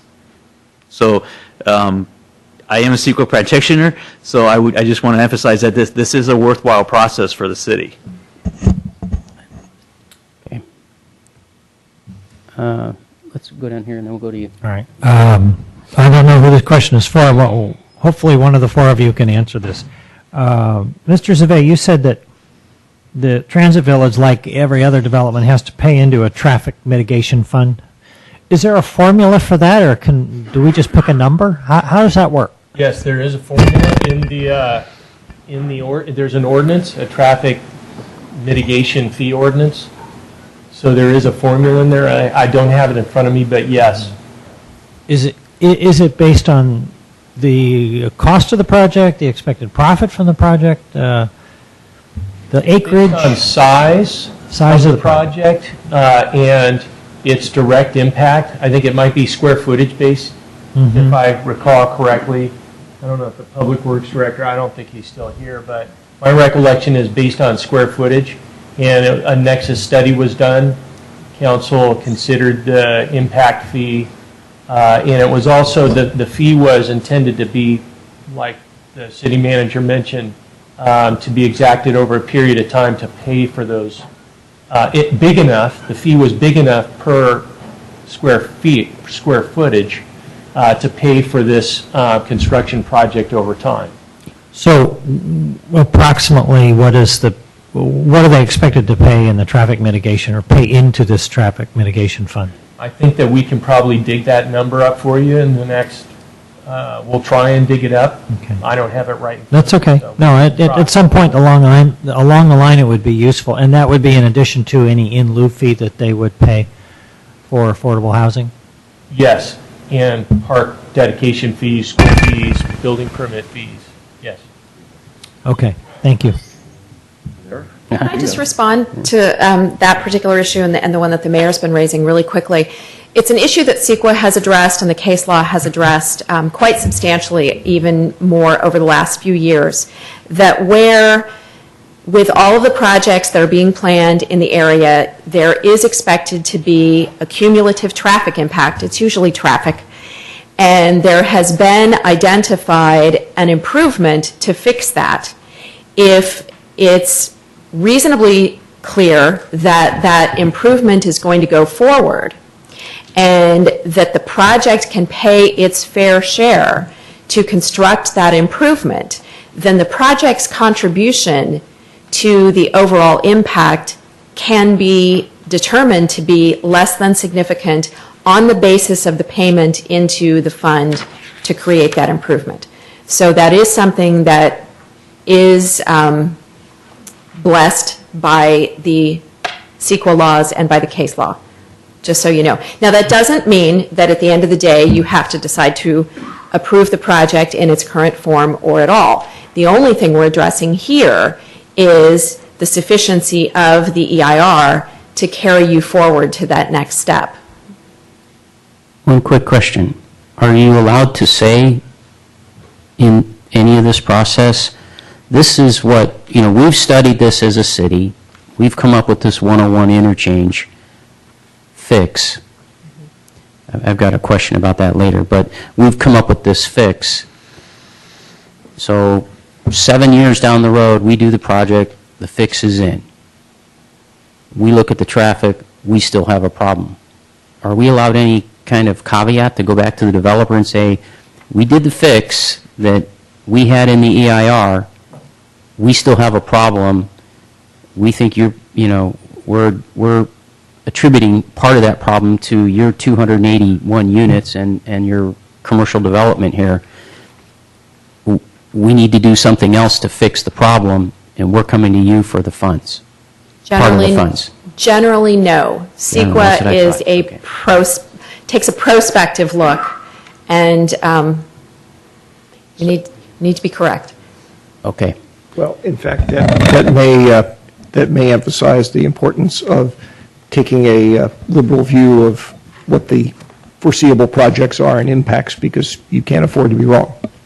Right, and that's going to, I'll let other people ask some questions, but I'm going to ask the question, how does Holly 101 fix the problem of Holly Street Corridor? That fix, it's a barbell. That's one end of the barbell. You still got the other end. That's for the experts on traffic to answer. Right, yeah. My recollection is that was the only feasible improvement that was identified years ago in order to alleviate the congestion on Holly, which, as you have mentioned, has been acknowledged for a number of years. Yeah, okay. Somebody else down here for a moment. Mr. Mayor, I Yes. have an answer to Councilmember Collins' question. I forgot the question. What was it? He probably knows. Mitigation fees are $576,386. I thought Councilmember Collins had asked what the formula was. Oh, I thought he asked the dollars. Actually, I asked both. Okay, yeah, I don't have the formula this evening, but I did have the dollar at least. All right, you said it was 500,000? $576,386. Thank you. Let me talk a little bit about, or turn a little bit now to visual impacts. When I read the infamous resolution 2003-79, there's this item in it 4.849, and it states, and I'll just read it here, project architecture should incorporate varying heights that are sensitive to the scale and massing of east side residential areas and accommodate and preserve significant views. And so my initial question is, I have a couple of parts here, but the initial question is, my understanding is that resolution is effectively part of the city's general plan. It was incorporated by reference when the general plan was modified. That seems to me to indicate that at the time that was drafted, the people who drafted it felt that there were at least some significant views that were at risk.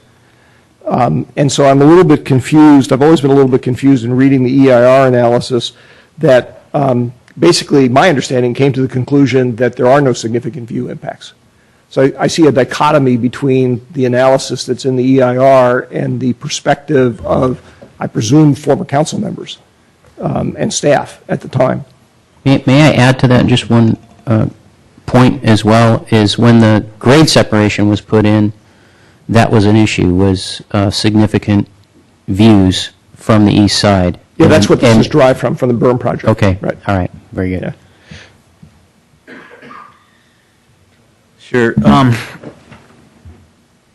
I'm sorry if I missed the point of your question. I'll try to answer that, and if I don't, please correct me, and I'll try to emphasize more. I first want to talk about the grade separation project, and you're correct. With the grade separation project, there was a determination that implementation of the project would have an adverse effect on views from the east side to the hills, and if I recall correctly, that was determined to be a significant unavoidable effect. That was based on the situation that was present prior to the construction of the berm. The berm is now in place. Our analysis has to look at the change in existing conditions that would result from implementation of the San Carlos Transit Village project. The existing conditions include the presence of the berm. So the berm is already blocking some of the views from the east side of the hills. We would be building on the other. I'm sorry? Please don't. This is actually council staff discussion.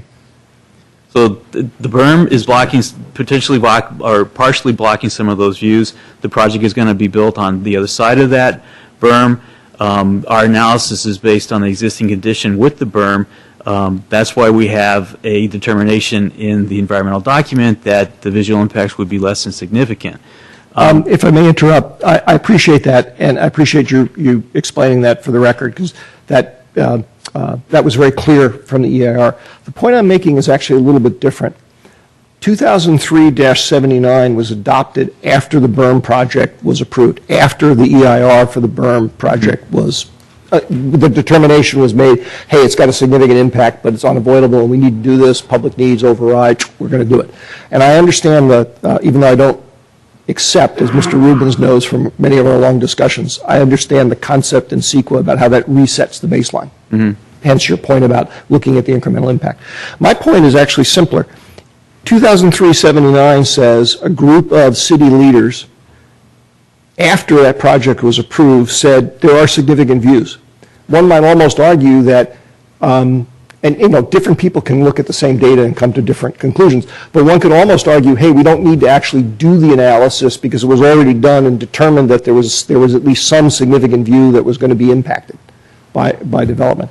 That's really my point. And maybe another way of asking that is was that perspective that I see codified in 2003-79 factored into the analysis that was actually done in the EIR? In other words, did you go back and factor in, okay, these people thought there were significant views here? To the best of my knowledge, that was factored in. We looked at what the general plan said about views within the city, what the general plan determined were significant views, view corridors within the city, and we based our determination of impacts on the visual resources of the proposed project on that information from the city general plan. Okay. If I may, let me just tag on to this because it is a good launching point for another question I wanted to ask, which may actually be an Anna question. One of the things that I found very striking about going through the EIR analyses, and I'm using it in the context of the example of the loss of significant views, but it actually percolates through to a number of different things. There seems to be an implicit assumption that the impact is linear to the amount of view being lost. So, for example, losing, and I know it's not done mathematically this way, but if you start out having 30% of your view obfuscated and you go to 40%, that's considered to be the same thing as going from 90 to 100 because they're both a 10% change.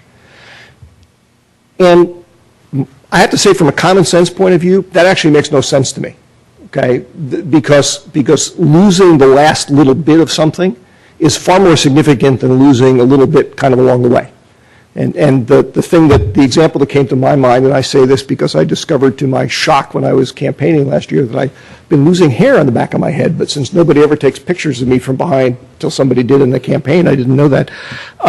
That's part of the reason why guys often do comb-overs towards the end of going bald, because they're really trying to... Don't talk about it. I would just like to get some perspective on, are we allowed to use what to me would be a more commonsensical standard of looking at thresholds saying, yeah, when you go from losing the first chunk of a view, that's maybe acceptable, but losing the last chunk of a view because it's totally gone, that's unacceptable, even if it's the same increment. So I'm not sure who answers that, but... Well, I'll try to answer that, and I certainly would welcome any further explanation.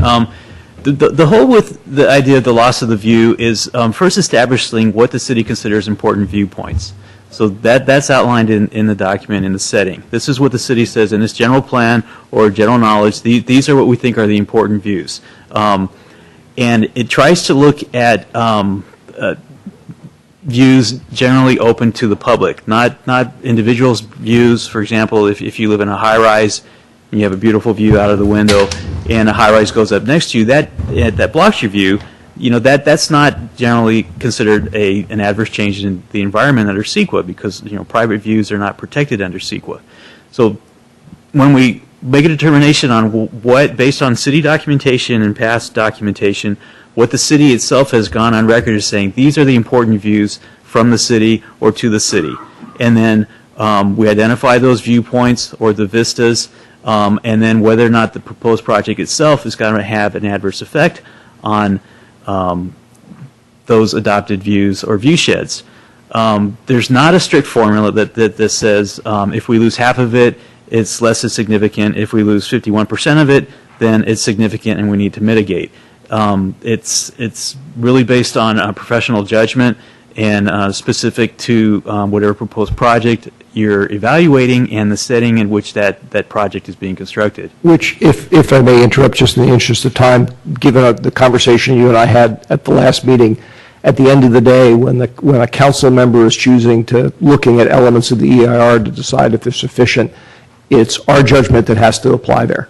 I mean, we can accept your judgment and say, hey, that makes sense to me. Yes, of course. But it's the judgment factor that comes into play. When you adopt or deny the environmental document, you've said we agree with the conclusions of the document and analysis that's included in that document, or we don't agree with the analysis that's included in that document. And I know I keep emphasizing this, but that's just because both for myself being relatively new and others up here as well, there's a natural tendency to try to look for, well, what are the rules I have to apply? Mm-hmm. And there are rules, but to some extent those rules are apply your judgment. And that's a critical distinction that I want to make sure that we all keep in mind. And as we've always said from meeting, visual is a very difficult impact to evaluate. And, unfortunately, if I can see the project, that doesn't mean it's necessarily an adverse effect or significant impact. I'm going to address both the visual issue briefly and then the judgment. The CEQA checklist questions upon which thresholds are generally formed. In this particular issue, the view issue, it asks whether the project would substantially degrade the existing character or quality of the site and its surroundings. So I think the degree may come into it in substantially. So for instance, 10%, no matter what it might be, may not be a substantial degradation. In terms of the judgment on the EIR, Mr. Kay is correct that, and you are correct, that the EIR, in order for it to be certified, you do have to find that the EIR reflects your the city's independent judgment and analysis. If you choose to come to a different conclusion than is currently in the EIR, that would actually mean that you would need to alter the text of the EIR. And whatever you do needs to be based upon substantial evidence that's in the record. So the analysis that's in the EIR now is obviously based upon the a number of scientists and technical experts that have come together to put together the document. That doesn't mean necessarily that you have to find that reflects your independent judgment in the end. But if you want to come to a different conclusion and to change the EIR, that change also needs to be reflected in your findings of certification and needs to be supported by evidence that's in the record. Mr. Mayor, may I just ask one quick follow-on question? Sure, I'm following this as close as I can, so go ahead. And I apologize for occupying the baton here, but this is sort of dovetailing into stuff. One of my other questions that I was going to ask was, when we talk, I've seen that language as well in my review of the CEQA legislation about information in the record, discussion in the record. My conclusion is that is not limited to, for example, things like general plans, specific plans, and whatnot. That those are part of the record because they are part of the corpus that defines the city's thing. But there are other things that can go beyond that. Yes. And our discussion here is part of the record. Well, that was what I was getting to. Now, and presumably there's some standard that says we can't just capriciously on a lark say, oh, well, we're going to change something else. But if we have, if a majority of the council decides that there is reasonable substantive and they can explain in some articulate fashion what it is, that too becomes part of the record. Yes, again, but there still needs to be substantial evidence to back up the conclusion. Evidence-based, yes. Yes, Right. sorry, it can't just be we all strongly feel that X is the case. It has to be something we can point to say here's why we believe X. Yes. Okay, thank you. How do you create substantial evidence? For instance, let's stick with the views, okay? All the hard ones. Well, no, here's, to be serious here, substantial evidence. For instance, here's one of the things that I think about with this project in terms of the views.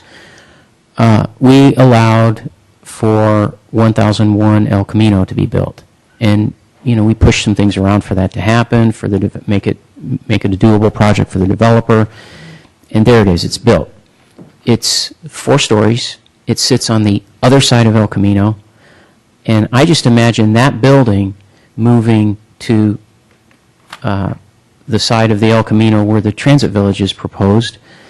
And instead of having one that's 1 block long, now I've got 4 or 5 buildings on the north side and 2 buildings on the south side of Holly Street that substantially look like 1001 El Camino.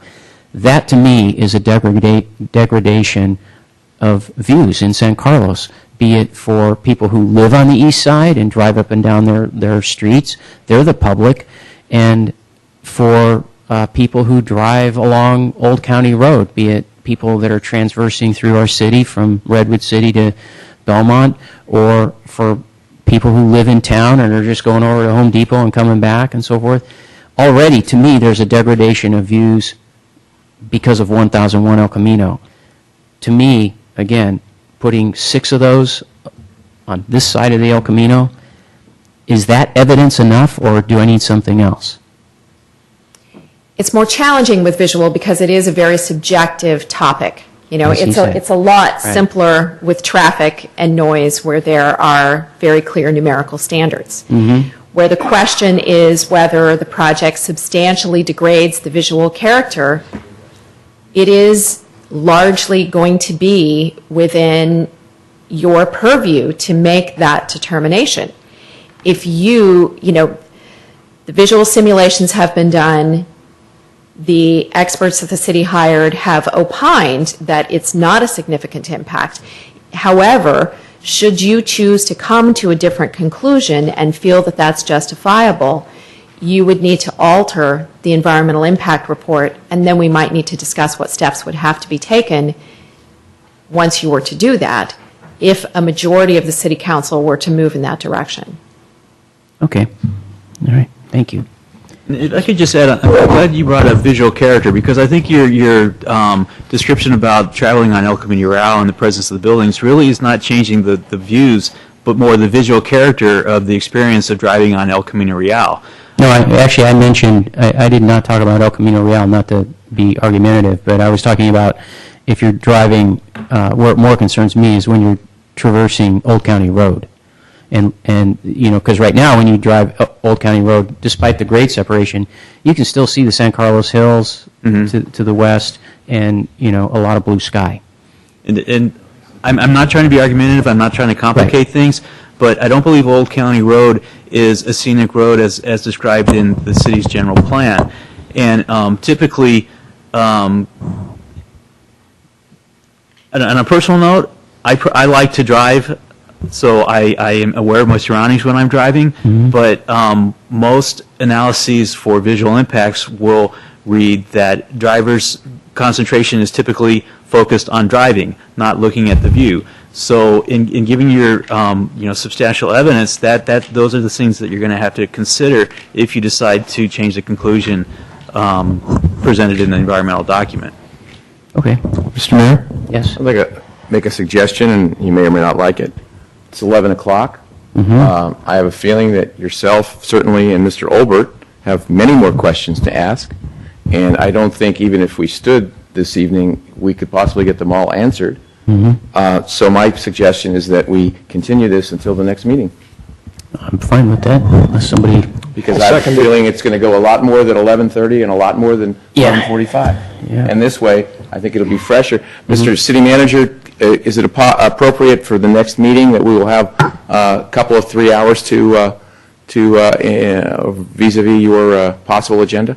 I will do my best to endeavor to clear the items from the January 28th agenda to the extent I can. I think there are... I mean, we started at 10 o'clock. Business items. We started discussing at 10. We've only been doing it an hour. Sure. So, I mean, we're going to have at least 2 or 3 hours of this. So I'm hopeful that we could start, God willing, by 8 o'clock next time. And, Yeah, I mean, my guess is it feels to me like the council is probably 2.5 hours away. Okay. At the pace we're going. Okay. Well, again, I just want to make sure. And like I that's said, my we'll do suggestion. our best yeah. to endeavor to clear as much off the agenda as we can. There are other business items, Understand. as there were tonight, based on timing, that just have to come forward, so. Mr. City, do I need to make a motion to continue this, or is this Yeah, this item would need to be continued to a date a certain. motion? A motion? Motion would be Okay. required. Make a motion to continue this item until our next city council meeting, which would be January 28th.